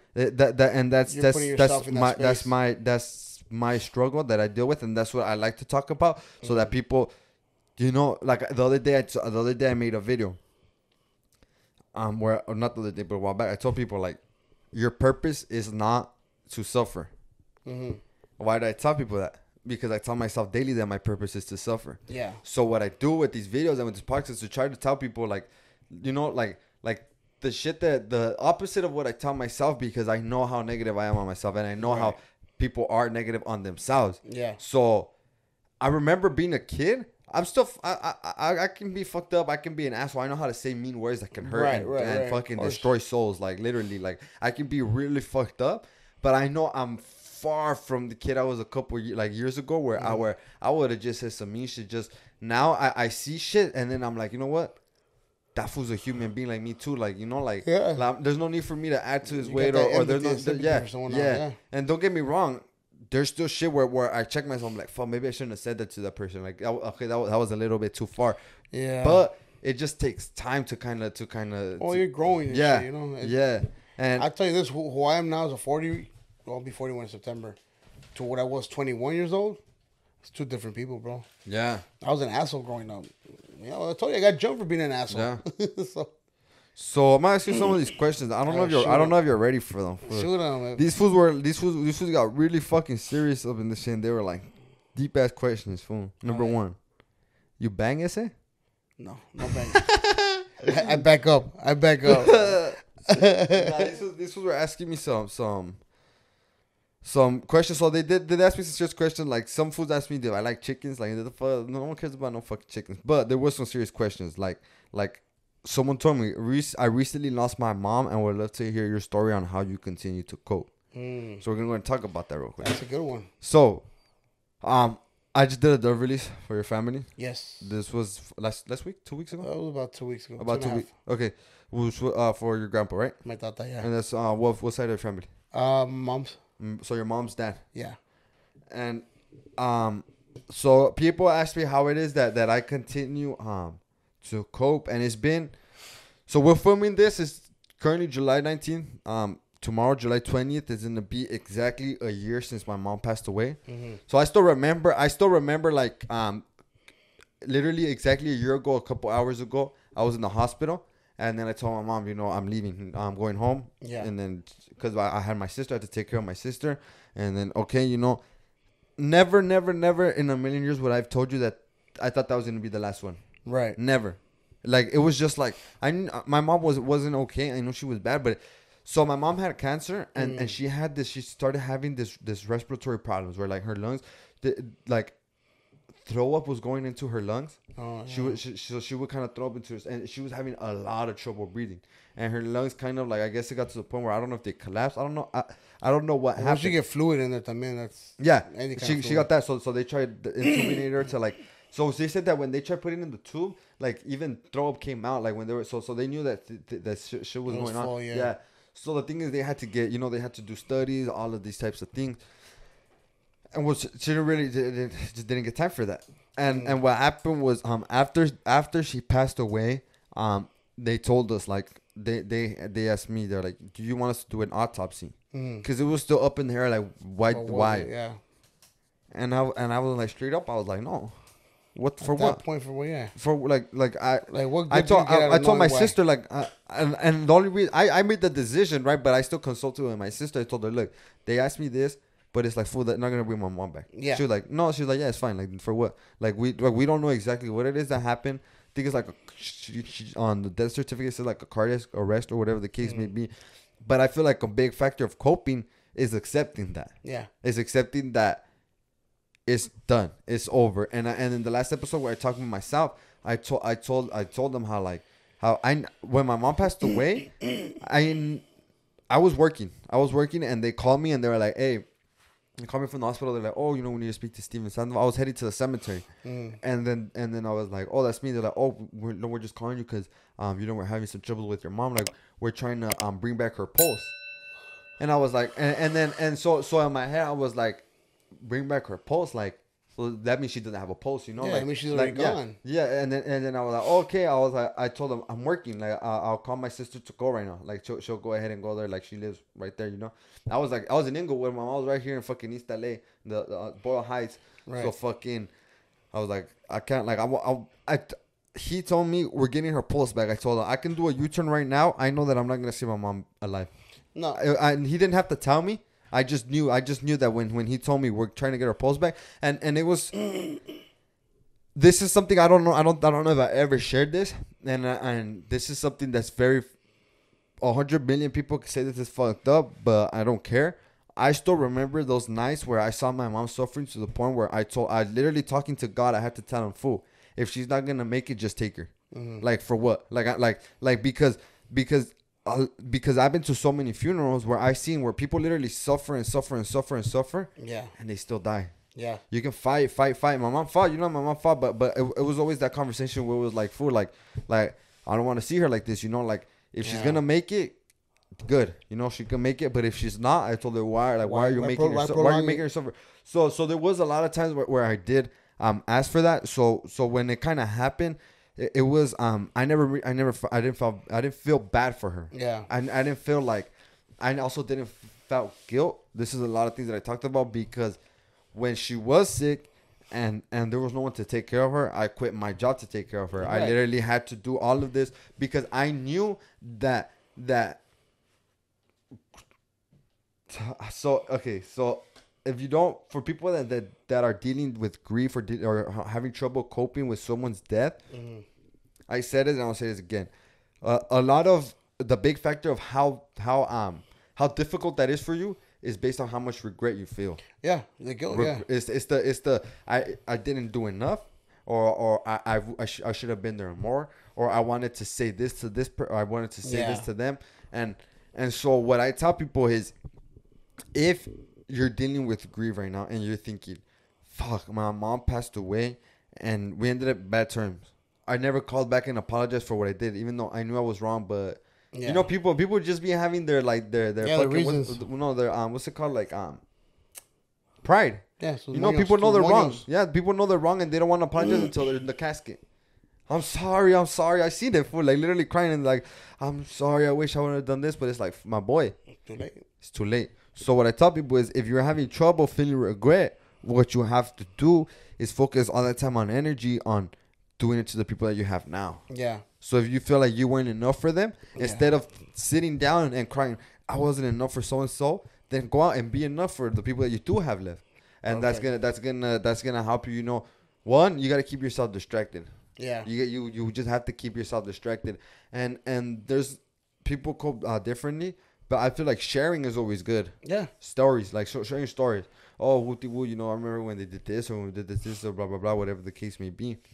So I just want to hear kind of your story. It's pretty similar. You're like because you were pretty much involved with my grandpa's death because of the dub release, right? But sharing was one thing that helped me get through it. Sharing our memories. I did apologize at one point. Hey, anyone who's been just be on the lookout. I'm gonna be sharing a bunch of stories on my feed, so Yeah, I saw that. I apologize in advance. Yeah. But to me, that was my way of coping because I'm remembering the good times and I'm showing off my tata to everyone else. Like he was a great man. I think a lot of our families are great man. Not all of them, because there's sometimes we have family members that die, bro, and it's like, it was this time. Fuck it. But like your mom, like my tata, like they're great people. I do believe they changed people's lives. They a lot of people were impacted positively by him. Mm-hmm. He always had a smile on his face. He always made people laugh. But it's like everything. As I hear from when he was a younger guy, that wasn't the case. But we all start changing. We all start growing. We realize what matters, what doesn't matter, right? So sharing was definitely one thing that helped me cope. Joking around up to this day. I'm calling my Wita, like that's my grandma, right? Every day or every other day, because I don't want to bug her. Because right now the whole family's on. Yeah, everyone's like, right now she's on the pedestal. I said, give it another 2 months. But there's been a handful of people that have always been in her life, and I've been one of them. So I'll call her, I'll FaceTime her, right? Because she has Facebook. Like, what are you doing? Oh, right here, just eating, in Spanish. I said, hey, have you found me a new tata yet or what? Because she knows that's my way of coping, and it makes her laugh. Yeah. And that's the way we get down, So little things like that, even being outside our house, because my tata was he was crippled from one side. His whole left side or right side was dead because he had a stroke. So he was always in a wheelchair or in with a cane. And some man was passing, Viejito was passing by in an automated scooter, right? Even chinga cabrón. I said, wait the look. I said, technically, you're already cool because, you're not married no more. I said, that's your ticket right there. Look, that motherfucker's going. In Spanish, and she starts laughing and shit. So comedy is another thing. Yeah. I think comedy makes me, I cried. I cried when he died, but I knew it was his time. Like you said, when I got to the hospital, he wasn't breathing on his own. So I'm like, he's gone already. You guys saw him on the respirator. That's artificial. He's been gone. And I know that's not the way he wanted it. When he died, he didn't want none of that shit in him. I mean, he had a fucking tube from his mouth to his nose that was pulling out shit. Like, you don't want to see your loved one like that, right? Yeah. So I knew he was gone. I was at peace with it when he did flatline finally. So he basically flatlined while being on the machine. So, to me, he was like, I'm done. Yeah. There's one way or another. There's nothing you can do. Yeah, like, you're trying to keep me alive. Fuck you. I'm going to shut off your machine. I'm on my own. So I was at peace with it. I cried there, and I cried when I seen him in the casket at the viewing. Because, obviously, they never look the same, right? It's very rare you see a deceased person. Yeah, my mom did not look nothing. Yeah, so it's just like, that hit me. And then, what did I do next? My grandma was right next to the casket. The first thing I do is crack a joke. I'm like, how the fuck am I darker than my tata now? Because they put so much powder on it, right? And she laughed and kept on crying. But bro, I'm at peace with it. I have my memories. I know me and him shared a certain bond. He was my dad when my real dad split. Mm-hmm. So I've always had that bond with him. He's been my father. He was my Nino from baptism to first communion to confirmation, all that. So I feel like right now what you said is key though. It's kind of key for like everyone that you have to look for that. So what I mean by that, so what you're saying when you're saying that he flying and even being on the machine is kind of him saying like there's nothing that can be like kind of him saying, in my opinion, it died your phone. Oh, it died or something. I don't see it recording no more. We're gonna take a quick break. Hold on. All right, fool. So we're back. We had a little hiccup right there, but look. So we had to we had to fix the cameras, all the equipment up in this shit. But look.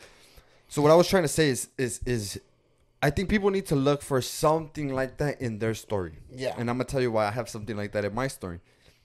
Kind of similar, but it's kind of more. It's not kind of something that happens, but it's more understanding that you get. Right. So for example, a lot of people could have been like, oh, stupid machine wasn't good enough. You know? Yeah. And then you're gonna be disappointed in the machine. You're gonna be disappointed in doctors, not realizing that your grandpa really wanted to go, or really it was his time to be at peace. So what happened was when my mom she got detected cancer in November 2019. Mm-hmm. My sister was pregnant at the time with my little nephew.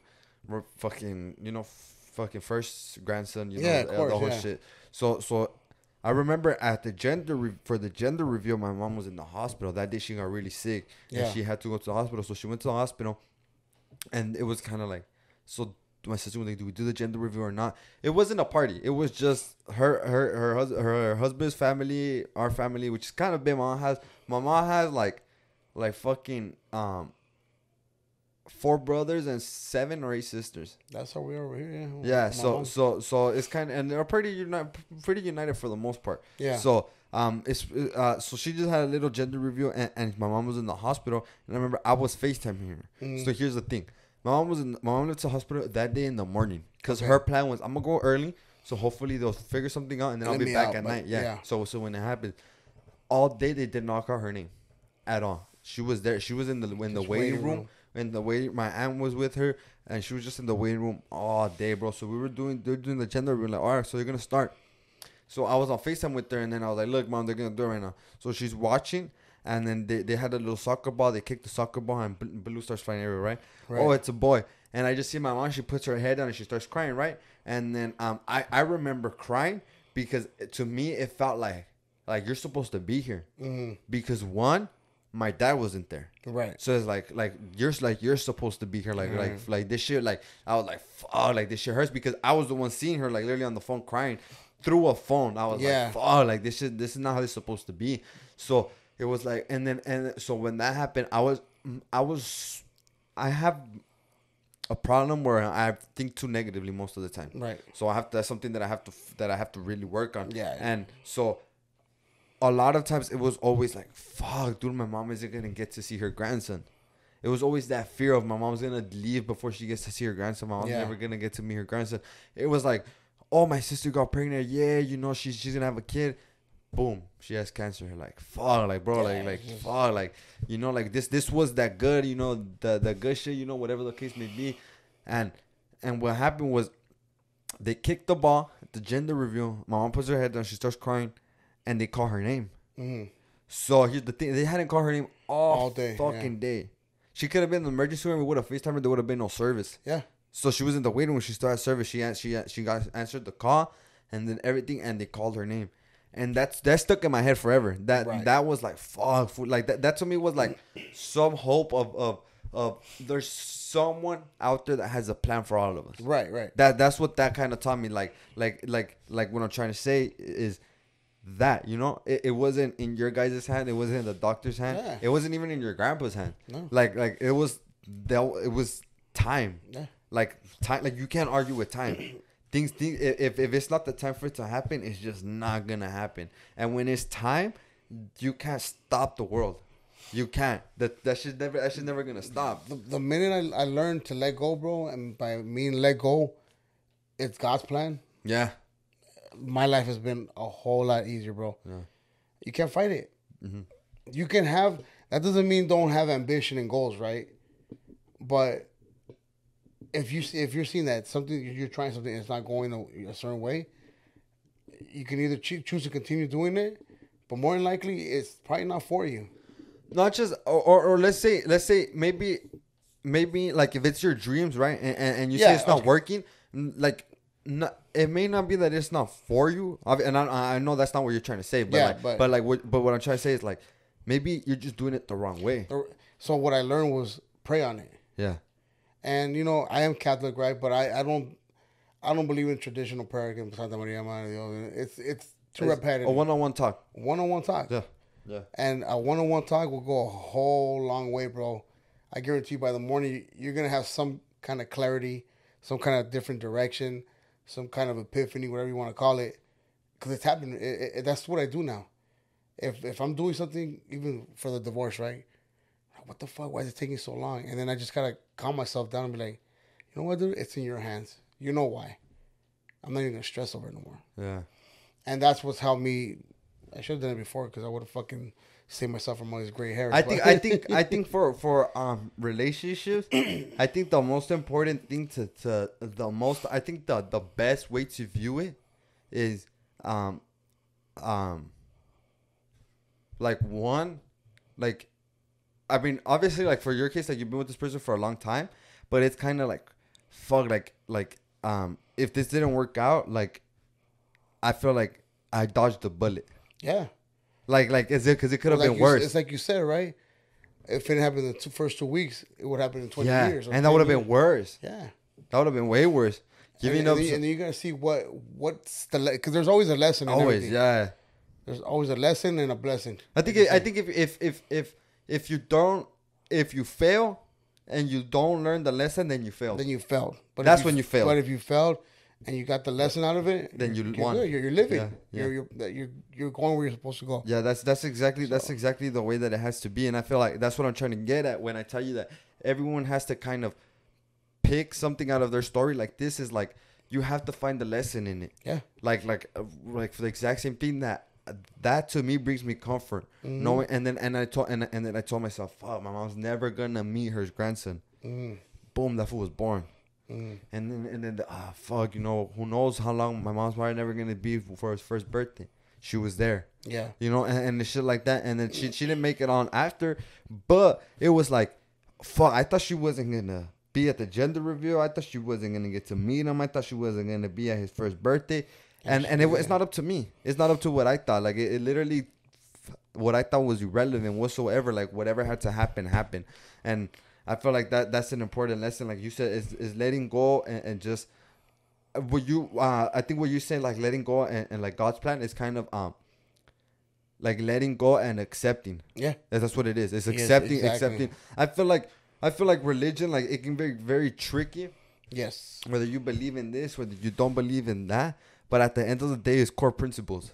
That's all. That's literally all it's about. You just simplified it, bro. Yeah, it's core principles. You know how long it took me to learn that right there? What you just said? You know what talking to God is? It's talking to yourself. Yeah. It's putting trust in God. Is putting trust in yourself. Like, if you, for whatever reason, there's so many people that in their heart have hate towards a religion or towards God because for whatever reason, but you gotta understand that those things that people do to God, like, if you want to be okay, you have to do them to yourself. Yeah. What does love God mean? Love yourself. Mm-hmm. I don't go to. I haven't been to church. Well, I've been to church, but like to record funerals and shit like that. I haven't been to church like forever. But you know how many lessons I learned from all the priests that give like speeches. At every single, because I go after the priest almost every time. In your case, it was a little different because it was at a mausoleum. But when it's a burial, the priest always goes first, and I listen all of it, and I'm just hearing, and it'll be in English and in Spanish, and they all have different examples, and they choose different verses from the Bible and all this shit, and I'm gonna keep it a buck. One time I was at a cemetery, and the pastor came up to me. He's like, hey, you're a young man, I like how you talk, whatever, blah blah blah. He's like, have you ever like studied like no? He was like, have you ever like read the Bible or you studied about? Oh no. So what I said was, other people that passed away, they're all gonna be like, they're all going back home to heaven. Mm-hmm. And he kind of came up to me and told me, that's not really the case. That's not how it works. He's like, I see that you're trying to comfort the people, and that's good. But have you ever like, read the Bible and like sat down? Have you ever like, interested in Bible studies? I told him, nah. I told him no. And at the time I was going through like. I like, he literally told me, he's like, right now I'm offering you a chance to connect with God. Like, he's like, are you gonna like reject my offer? And then he told me, like, you know what you're doing? I told him, look, I know 100% right now that you're God in front of me and you're doing this to me. I know, like, I know what I'm doing. Like, I'm not ready for this. Like I know what I'm telling you.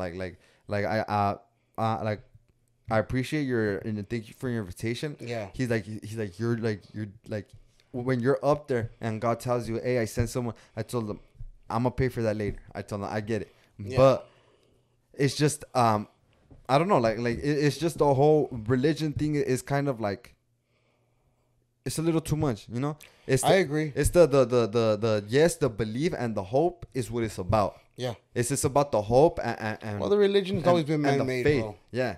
Religion's always been man-made, and everyone, man changes it to their benefit. Because it's like, how you gonna tell me fucking everyone praises different people, but it's all the same core principles. Yes. It's always the same shit. You know, things like don't judge other people, right? That's very important. Tell me what religion is gonna tell you go judge everyone? Mm-hmm. None of them. Which one is gonna tell you keep all the money to yourself? Yeah. None of them.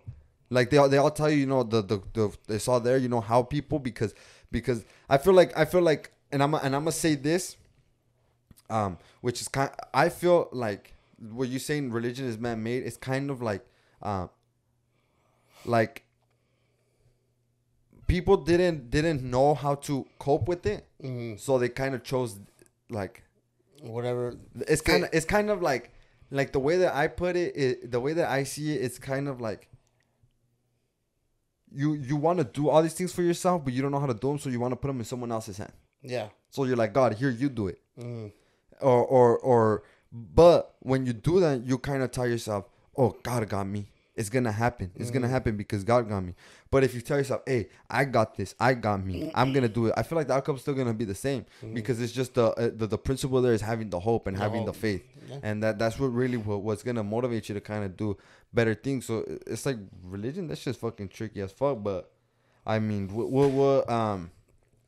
anything else you got to say about for like death and stuff like that? Just, you know, accept it, bro. Yeah. We got to accept it. That's one thing we can't escape. Yeah. You know, that's one for sure. We're all going to die. When? Who knows? Only he knows. Yeah. But no, accept it. When it happens, a loved one, you got two options. You're going to either make up with that person before they die or regret it later, right? Because you didn't make up. Or if everything's dandy, then just accept it. And just let them be. Let yourself be. You still have the memories. I think that's the most important part, the memories. Yeah. Like I'm in content right now, bro. I know I have my thought on my heart. If my week was to pass, same shit. Yeah. And it's just like, you know, fuck. They live their life. They serve their purpose, bro. I don't know how much longer she's gonna be with us. She's old, but she's done miracles in my life, you know. So it's like all I can do is thank God for what she has done, you know. So. Bro, I'm gonna ask you something because these fools asked me. Hold on, your phone died again. Alright, so we had to fix the camera again a little bit. But look, we went a little long on this one, so it's all right. The camera's giving up on us. It's alright, guys. So look, check this shit out real quick. Me, and I'm gonna tell you something right now that probably people have noticed. I'm not a very vocal person when it comes to social problems. And I'm gonna explain to you why. I'm a firm believer that change comes from simply within. Yeah. I can't control what other people do. I can literally stress my whole fucking day, all day. Point fingers. So and so did this. So and so did that. So and so did that.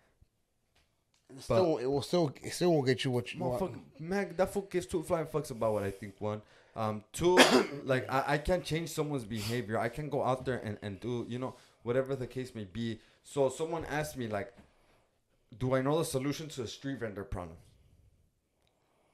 Fucking no. What the fuck? Like what? Like I don't like people. So here's what people gotta understand too.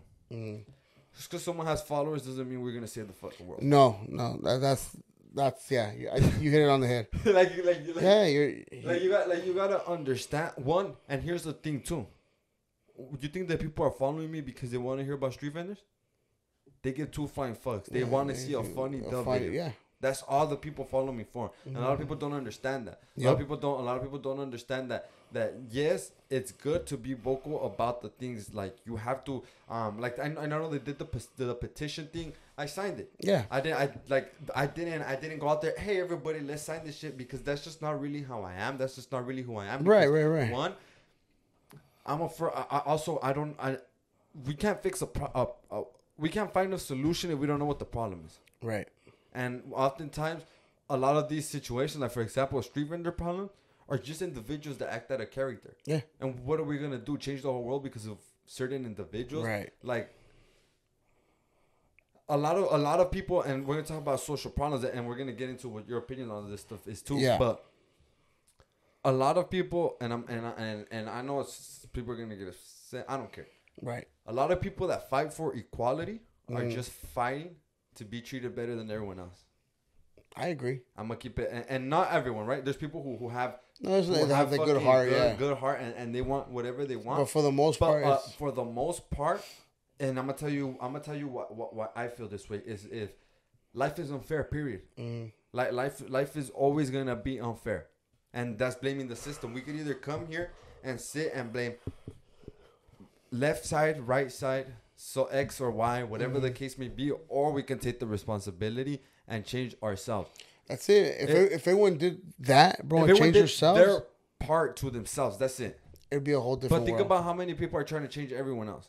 You can't change like power. If you have a purpose and you stand for it, power to you. All power to you. You know, don't give up. Fight for that shit. Right. But there's people who are activists and who are out there in the streets, and there's people who think that me making a post is gonna change the world. Yeah. And people often think like, oh, so and so, they're not doing this for that, or they're not doing this for that. But it's like, my boy, we can call the fucking lady right now and ask her how many times I tipped her. The lady that passes by my house. Yeah. I ask her how many times I bought from her. Daily. That's doing your ask part. Her how many times I stole from her? Never. Yeah. I ask me. Now, am I gonna go out there and fucking have a van where we're gonna have like all of these things? Like I don't know how to do those things. I'm not. There's people that have that power and that have that ability, that gift, of doing all of those things. But like the abortion issue too. I'm not a girl. How am I gonna comment on it? Right. I like what the a lot of I'm gonna keep it a bug, and I don't care who gets mad. A lot of these guys talking about, hey, women deserve the rights. All they want is pussy. That's why they're posting about it. A lot of them, not everyone. There's so many people who genuinely care about their mothers, and it goes the same. It goes the same way for the vendors. They're just clout chasing. They want to jump on board to whatever's in at the point at the moment. They want to look good. They want to get reposted. They never ate an elote in their life. Yeah. Oh hell no, he's not wearing gloves. It's funny you mentioned that, bro. So me and Will, influence. Yeah. We throw events on a regular, right? And we had that Tamales de Primo, right? He showed up. The guy that was being bullied in San Pedro. Oh, okay. So he showed up. Oh, okay, yeah. Fucking cool, right?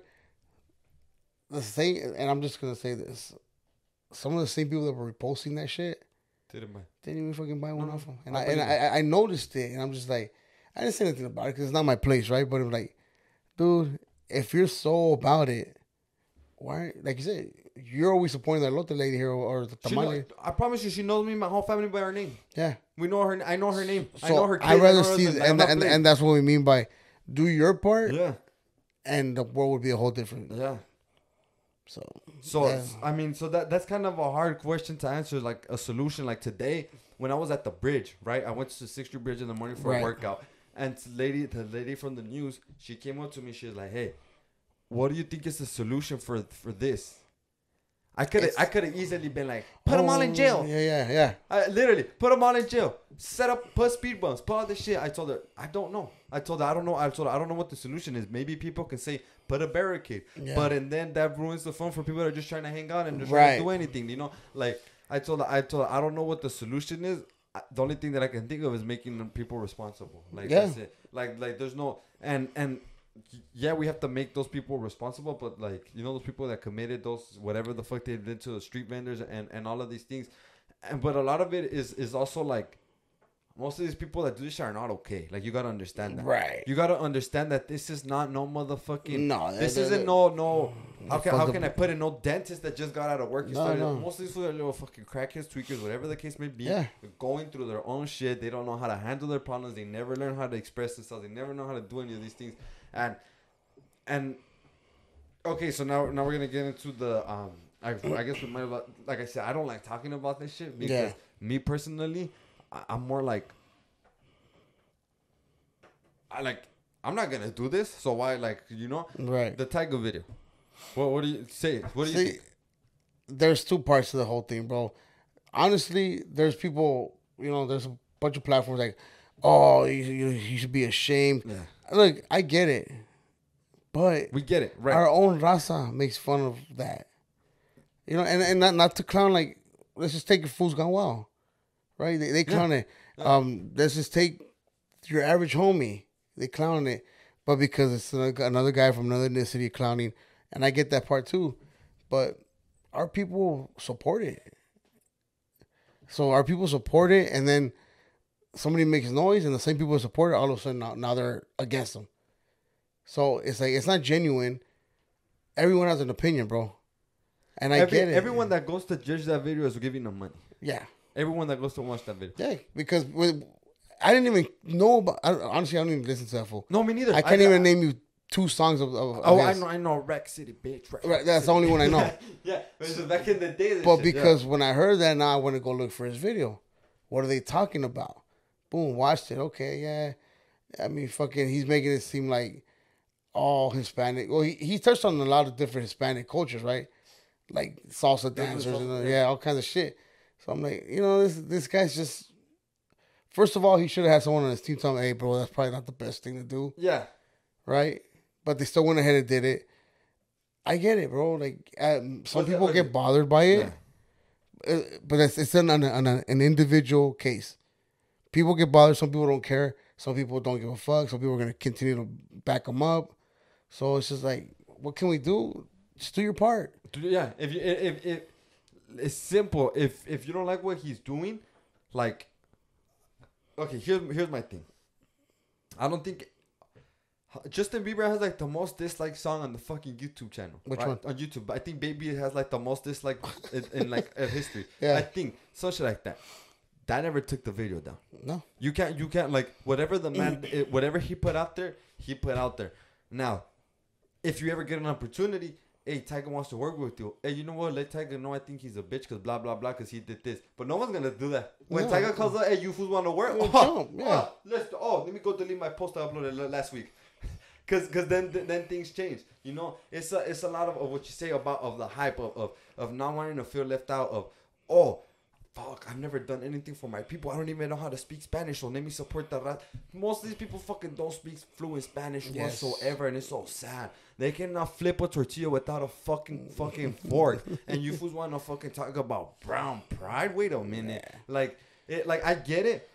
There's so many people that feel so prideful for where they come from, and the video was like the most how can I say it?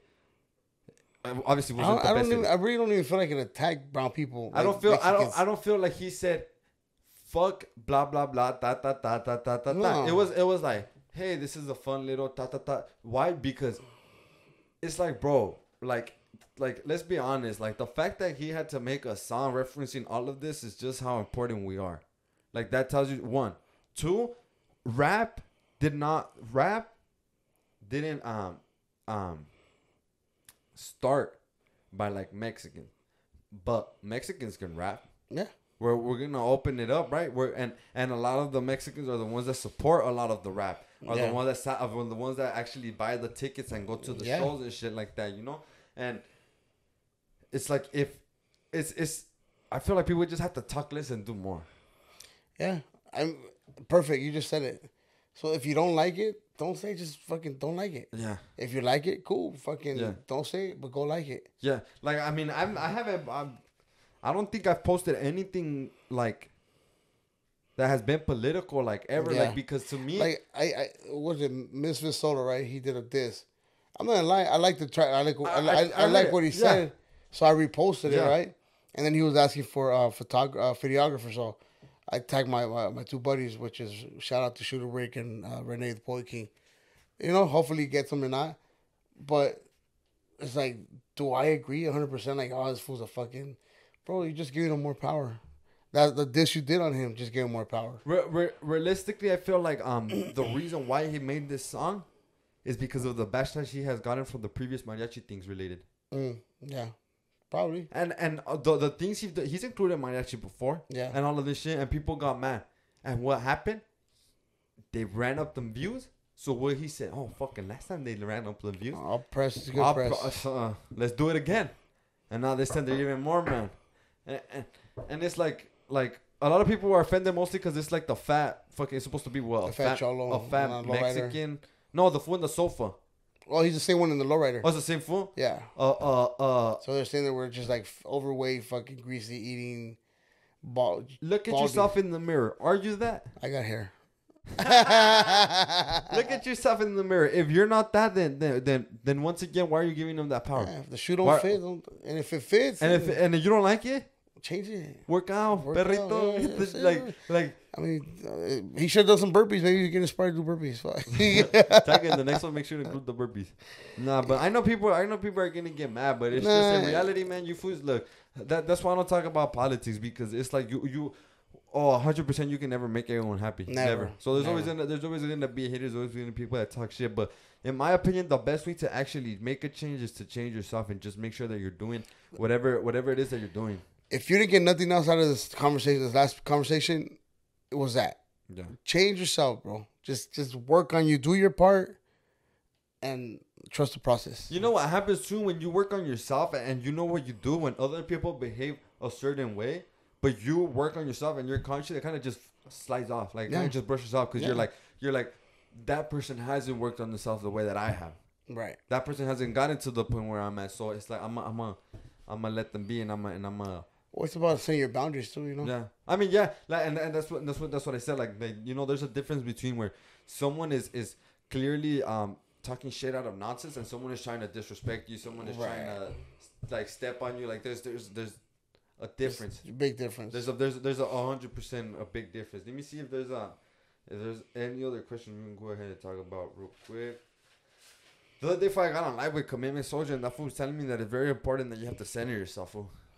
Very. How do you think? What do you think about how? So he's always been a great influence for me. Yeah. You know, and he's an older cat. I think we're gonna get that fool on here sometime. Yeah. Well, for sure, gonna get him on here. You know, for the most part, he spits a lot of good knowledge. His delivery's a little committee, but no. At the end of the day, like you said, there's always a lesson. And you know, even I was having some issues a couple months back, right? And I was like, dude, I don't like the fact that they're, you know, they want to be part of this whole, you know, movement, but they're not moving. They're not really about it. And he told me that, Vic, do your part. Don't worry about anyone else. Yeah, that's and that stuck, right? Even though I already knew that lesson, I needed it to be rejuvenated. And I feel like that's refreshed. What the podcast is like, I feel like, and that's what I'm telling you with the therapist. We know what we have to do. We all know it, but it's always good to just hear it one more time. Or hear from someone else because a lot of times we don't have that self-discipline. Right. So when we tell ourselves to do something, we don't do it. But as soon as someone else says it, it clicks. It clicked. It clicks. And like, you know what? You're right, dude. Yeah, just worry about myself. He's like, as long as it's not affecting you. Yeah. And in reality, it wasn't. It's just my emotions, right? Yeah. So I had to check my emotions, and I'm like, fuck, you're right. Done.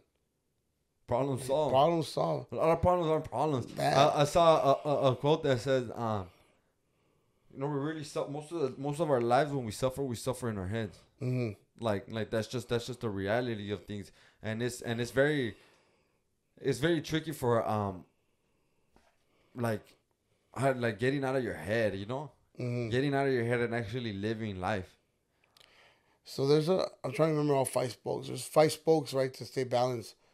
I think it's family, fitness, friends, finances, and faith probably, yeah. Is that about the Jewish? I don't know. There's this Jewish podcast that I've been listening to. I fucking love Jewish people, bro. Like, I worked at a party. Sorry, we're gonna get back into it, but it's because I literally listened to this morning, and he was talking about that how the Jewish people, like, they have those 5. It was the 5 Fs. He literally called them. You have to be balanced on all of them. Yeah. So you could work out too much, and now you don't have enough faith, or you're not enough finances, or your family life might be fucked up. So you gotta learn how to balance them all evenly. Exactly. He said so he said what he does is every night he sits down and he analyzes the 5 Fs. How much time did I spend with each one? And then he'll be like, fuck, I didn't spend enough time with my kids. Tomorrow I'm gonna take them out for a while. Yeah. And I think honestly, I'm fucking very glad you brought that shit up, because I heard that earlier, and it kind of brushed up and now you brought it up. Now I feel like whenever you hear something and you hear it twice, it kind of sticks. Like that's when it really. Or you were meant to hear it. Yeah, that's when it really carves in your brain. Like that's when it really sticks. So I think it is like family, faith, finance, fitness, and I believe friends. Yeah. Friends, yeah. So, I mean, that's fucking very important. But I was gonna tell you about the Jewish people, why I fucking love them so much is because, like, I used to work at a party rental company, and we used to take these parties for Jewish people. They would throw parties, and they would throw parties all weekend. It was Friday, Saturday, Saturday, and Sunday, 3 days in a row. And these fools, they were they all had feria, and they all had flip phones. Mm. And I was just mind boggled every time.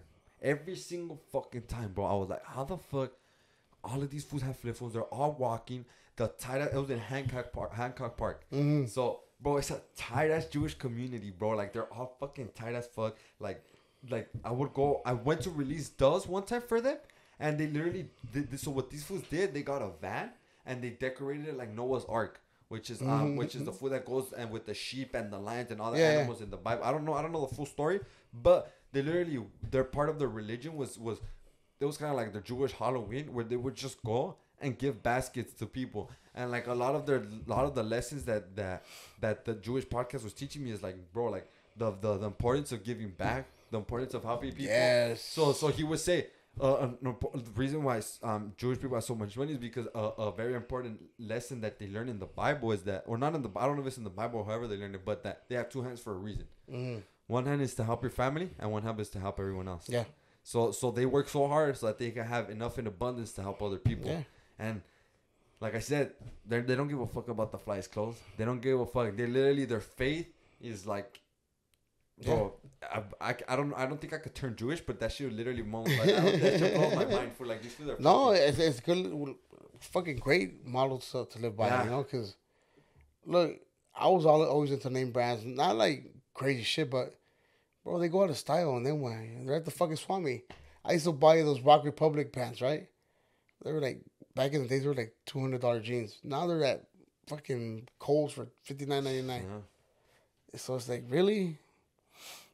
It's really all the same fucking clothes. You're just marking it up. It's the same fucking Callejon lady, just throwing on different tags. That's exactly how it is. This is a fucking long ass episode. This is our first episode. I think it's over 2 hours. So hey, if you fools are still listening, if you fools are watching on YouTube, make sure you fools like, comment, and subscribe. Yeah. I always wonder, fool. This is every time I'm doing. I'm like, I wonder if there's someone still listening.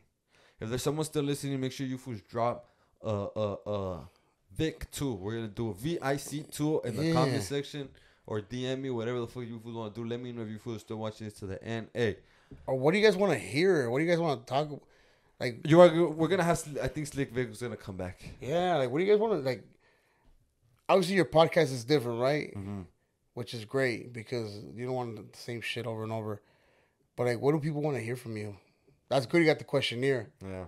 But the thing is, there's so many levels. They don't really answer that many questions. They don't ask that many questions. Well, maybe you should start. Hey, I'm telling you, food. Make sure you food ask me the question. Make sure you food ask questions. What do you guys want? Because on the days when you don't have a guest, that gives you something to do, you know. And it's like you do your research first of all. Yeah. And you have plenty of opinions, so fucking it goes hand in hand, bro. Yeah. So topics, guys. Drop topics down in the comments if you're watching this on YouTube. Questions, whatever it is that you foods want to go ahead and talk about.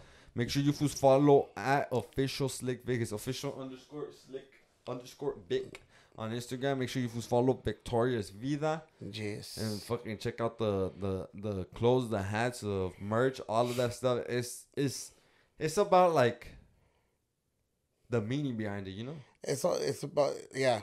And that's another thing, bro. Sometimes I catch myself coming up with designs just to sell something because they hit me up, hey, fool, can you make an LA or...